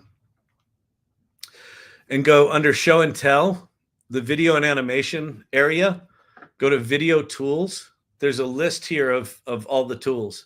Runway, Minimax, Luma Labs, Kling, Pika, Kriya, HeyGen. There's all these, and there's more than this. These are just the ones that we recommend.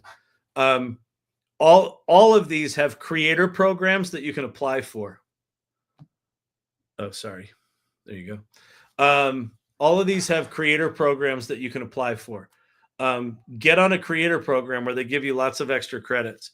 But if you're going to do, so I would say in general, if you want like a decent suite of tools without video, probably $50 a month. If you want to put video in there, it's probably more like $150 a month.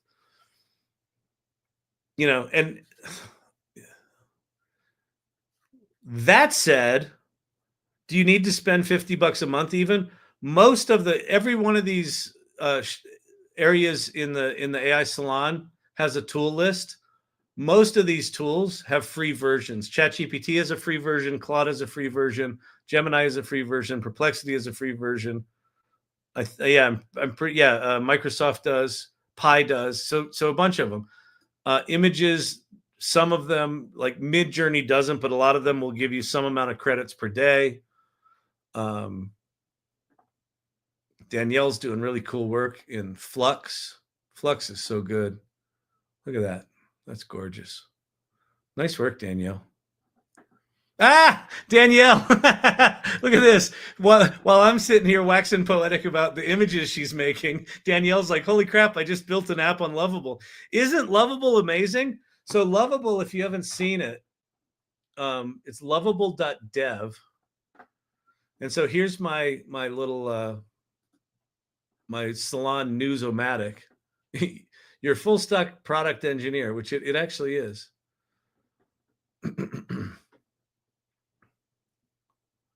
Right. All right. So there's that. I think I might be completely out of credits here. So let me see. So we'll just do a new thing. We'll do let's see. I want to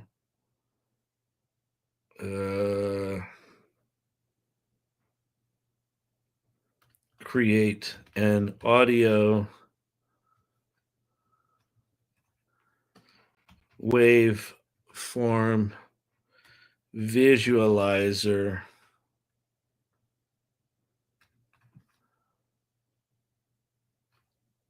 where I can change the settings to be all groovy for SoundCloud and YouTube music songs. And so you just say it like that, and then it says spinning up preview. And that, so I think what it'll do here first, you can all see this, right? So it's okay, let's just see. Let's create a groovy audio waveform visualizer, SoundCloud's iconic waveform design, YouTube Music's dynamic visualizations, modern audio visualization libraries. So it's come up with a plan, and then it's starting to write code. So here's the Tailwind config. So it's doing web apps, right? So it's using Tailwind for the visuals. Now let's create our audio visualizer component. So here's the code for the audio visualizer component, right? Still coding away.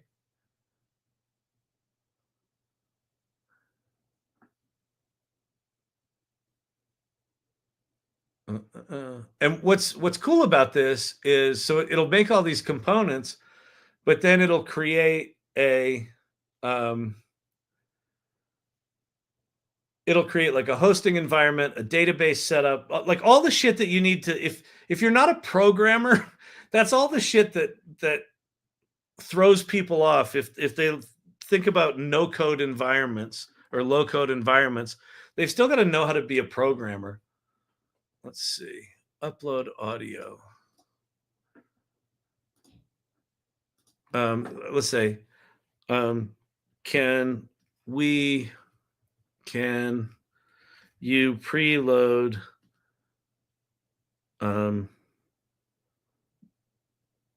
the Rick Roll song?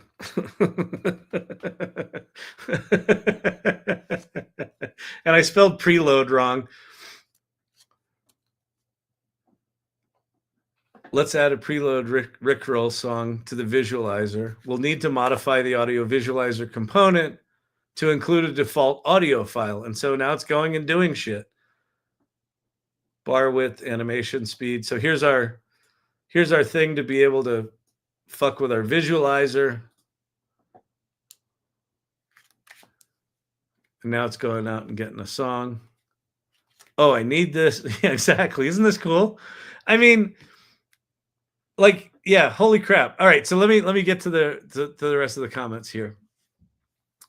Okay. Have you updated the Rabbit R1 since they added training? I have not played with it in a while, and I should, because it's got training now, so it can probably do cool stuff, but I have not. Zotron on TikTok, is AI working for us, or are we becoming slaves of AI? Serious question. I am like, I ain't doing shit for AI. AI is my bitch. AI is like, AI right now is like, I have an idea, and because of AI, I can get it out of my head. So you know what's funny? I think the narrative of the robots are going to kill us. The robots are going to, let's see, did this click? Let's add a pre-play. There's no music in there.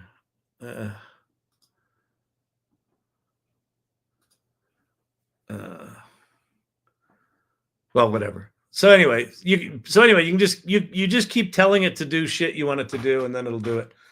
So that's that. This is an interesting question. Is AI working for us, or are we becoming slaves of AI? The Hollywood narrative is that the robots are going to kill us. The Hollywood narrative is that the Terminator comes to get us. The Hollywood narrative is that, Hal locks Dave out of the spaceship and won't let him back in. That we're at the mercy of AI. My experience with AI is it's just sitting there waiting for me to ask it to do something. And then when I ask it to do something, this is how I like to think about it. Back when I first started using Photoshop, when you first start using an application and you don't know how to use it, you put in like 2 hours worth of work and you get back like, 2 cents worth of value. And then as you get better with it, you put in an hour's worth of work and you get back like, we'll use hours and hours. You put in an hour's worth of work and you get back like a half hour's worth of value out of it. And then when you get really good at it, you put in an hour's worth of work and you get back an hour's worth of value. And if you're super talented, you can increase that by some percentage, right? Put in an hour's worth of work, you get back 2-3 hours worth of value. What happens with AI is I put in 2 minutes worth of work and I get back 10 hours worth of value consistently. Now, is that 10 hours worth of shit that it created perfect? No. Do I have to go spend time to fix it and do that? Yeah, but the proportionality of the amount of energy I put in and the value I get out is staggeringly stacked in my favor. The AI is not asking me to do anything. The AI is literally like a golden retriever sitting there going, what can I do for you, boss? What can I do for you, boss? Anything I can do for you? Got another idea? You want me to expand on that idea? Let's go make a song together. Like that's how I see it. that's how I see the thing. So I don't think we're becoming slaves of AI. I don't know. I'm inspired and excited by it. But you might have guessed that. I started a new 30-day project yesterday using creative prompt ideas. Stay tuned. Silver Fox, nice. I love a 30-day project idea. The amount of shit that you could do if you just focused on one weekend with AI is mind-boggling. What Silver Fox is going to be able to do over 30 days, I can't wait to see it because it's going to be insane. All right, last comment here, and then I got to start winding things down. Besides here, where else can we read about the latest things in AI? Follow Paul Roetzer, Roetzer, at the Marketing AI Institute. I would start following people on Twitter that are in the AI space. And the way that I do it is I go find someone that I like Ethan. Ethan Mollick is the other person you should follow. He's a Wharton Business School professor, really into this AI stuff. Hang on, I got to charge my, what's it called? My gimbal is about to die. Go follow him. On Twitter, the way I do it is I'll find someone like Ethan Mollick or Sam Altman or Greg Brockman that I like. I look at who they follow. So in Twitter, you can, when you go to someone's profile, you can say, here's who's following them and here's who they're following. Click on that. And then just go look at those people and start following them. And if you do that for half an hour, your entire Twitter feed will transform. And that's how I get most of my news is through Twitter because I'm just following a bunch of people. All right. Okay, so let's see. What do we got here? Let me see what this says. Okay, couple of things. If you're on TikTok, do me a favor. Please do me a favor. I spent some time with you tonight. I answered some questions. Go to my profile, click on the YouTube link, and subscribe to my YouTube channel. If you're on YouTube, subscribe to it as well if you haven't. I'm trying to I can't do any business shit over on YouTube until I have 1,000 followers, and I'm at like 600. So I need followers. So please go do that. Plan for Thursday. Thursday's Thanksgiving. We got tickets for Wicked on Friday, so we're not going to the movies on Thursday. We're not doing a Thanksgiving dinner here because my sons are going off with their friends, and we're just gonna eat whatever because we're like, fuck it. we will thank each other. So I'm gonna grab myself a whiskey, and I'll probably be here around 8 p.m. on Thanksgiving. If you need to escape your insane fucking family and you want an excuse, I've got to go do this thing, I'll be here. So if you want to come hang out and escape the insanity of your family, great. If you come from a well-adjusted, loving family, fuck you. Really? Really? Really? I mean, did I say that out loud? I'm sorry. I meant good for you. That's so awesome for you. I'm so supportive of you and your loving, well-adjusted family. There's no such thing. I'll be here. Okay, go see Irregulars. All right, so let me hop over to the Irregulars channel here. Okay, so if you're in the AI Salon, I love that image, Danielle. That's really cool. I love that it put paint texture on it too. Okay, so if you're in the AI Salon, if when you join, there's the 7-step welcome process. There's community area that talks about the salon. There's a news area. There's the show and tell area. There's a bunch of guilds, which are, sort of sub-communities of interest. And then down at the bottom, there's this thing called community clubs. Hang on. I know, TikTok. I got it. Fine. I'm getting yelled at by my producer.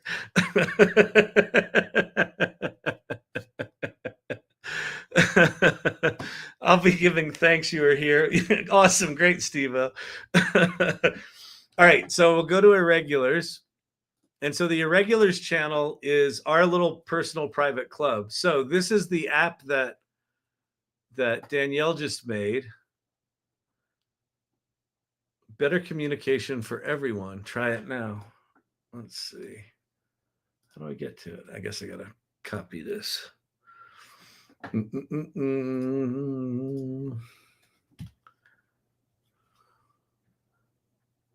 Invalid subdomain. Oh, that's because I copied it wrong. Did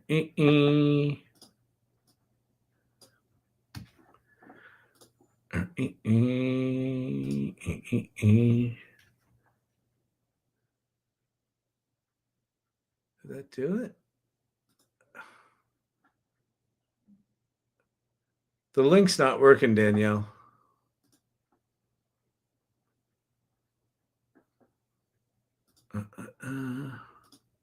Oh, I think there's a double dash in here, I think. Let me see if that's it.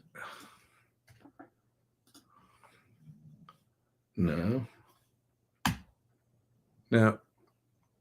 Anyway, okay. Let's see. And then what else? There was also something else in here. Nice. Nice images. Nice horses. Show and tell horses. Love it.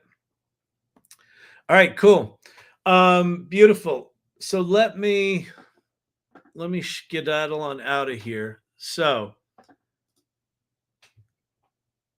if you haven't joined the salon, go join the salon. Please RSVP for the December 3rd event. It's our 2nd year anniversary. You'll be able to get 2nd year anniversary special design t-shirts. You'll be able to hang out. You'll be able to hear people like John Knack, who used to be at Adobe, that did a bunch of the Adobe AI stuff. He's now at Microsoft. He's going to give us an update. There's a bunch of artists coming back that have given talks. Source Camp, Kelly Camp's going to be there. A couple other people are going to be there from in here. So come December 3rd, mark it in your calendar, 5 p.m. to 7 p.m. Mountain Time on December 3rd, AI Salon 2-year anniversary. All right? It's important. And we will likely know whatever the hell Sam Altman's going to give us.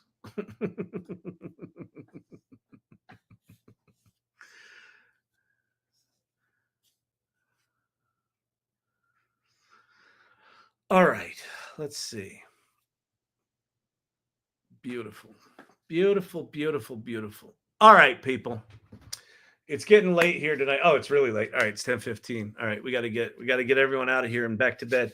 Off to bed. If you're on the East Coast, I feel bad for people on the East Coast because this is kind of late for me, and I realize on the East Coast this is a fucking nightmare. But hopefully you use me as a sleep aid. I hope you had fun tonight. I know it was a. I was all worked up. I hope there was some valuable stuff that was said tonight. All right, so on TikTok, who we got? We got Winston. Good to see you, sir. Jason, Robert Rossi, thank you for the gifts. Everyone on TikTok who gave me gifts, really appreciate it. Janu, good to see you. Joey in the house. Marina, she recalled tech. Lori K today's in the house. Winston, Joy Purdy, Spin B3, Kakif. Got lots of people in here. Papa JJ. Dude Dirty Waffle. Good name. Good night. Good night. Joker, good to see you. Let's see who else we got. Julie Live Laugh Love. All right, good, beautiful. And then over here on ye old YouTube, got Danielle, Jeff Flanagan, Retropunk, good to see you. I don't trust people with adjusted families. I'm right there with you. That's a lovely Thanksgiving sentiment to leave you all with tonight. If you're with your dysfunctional family, enjoy the madness.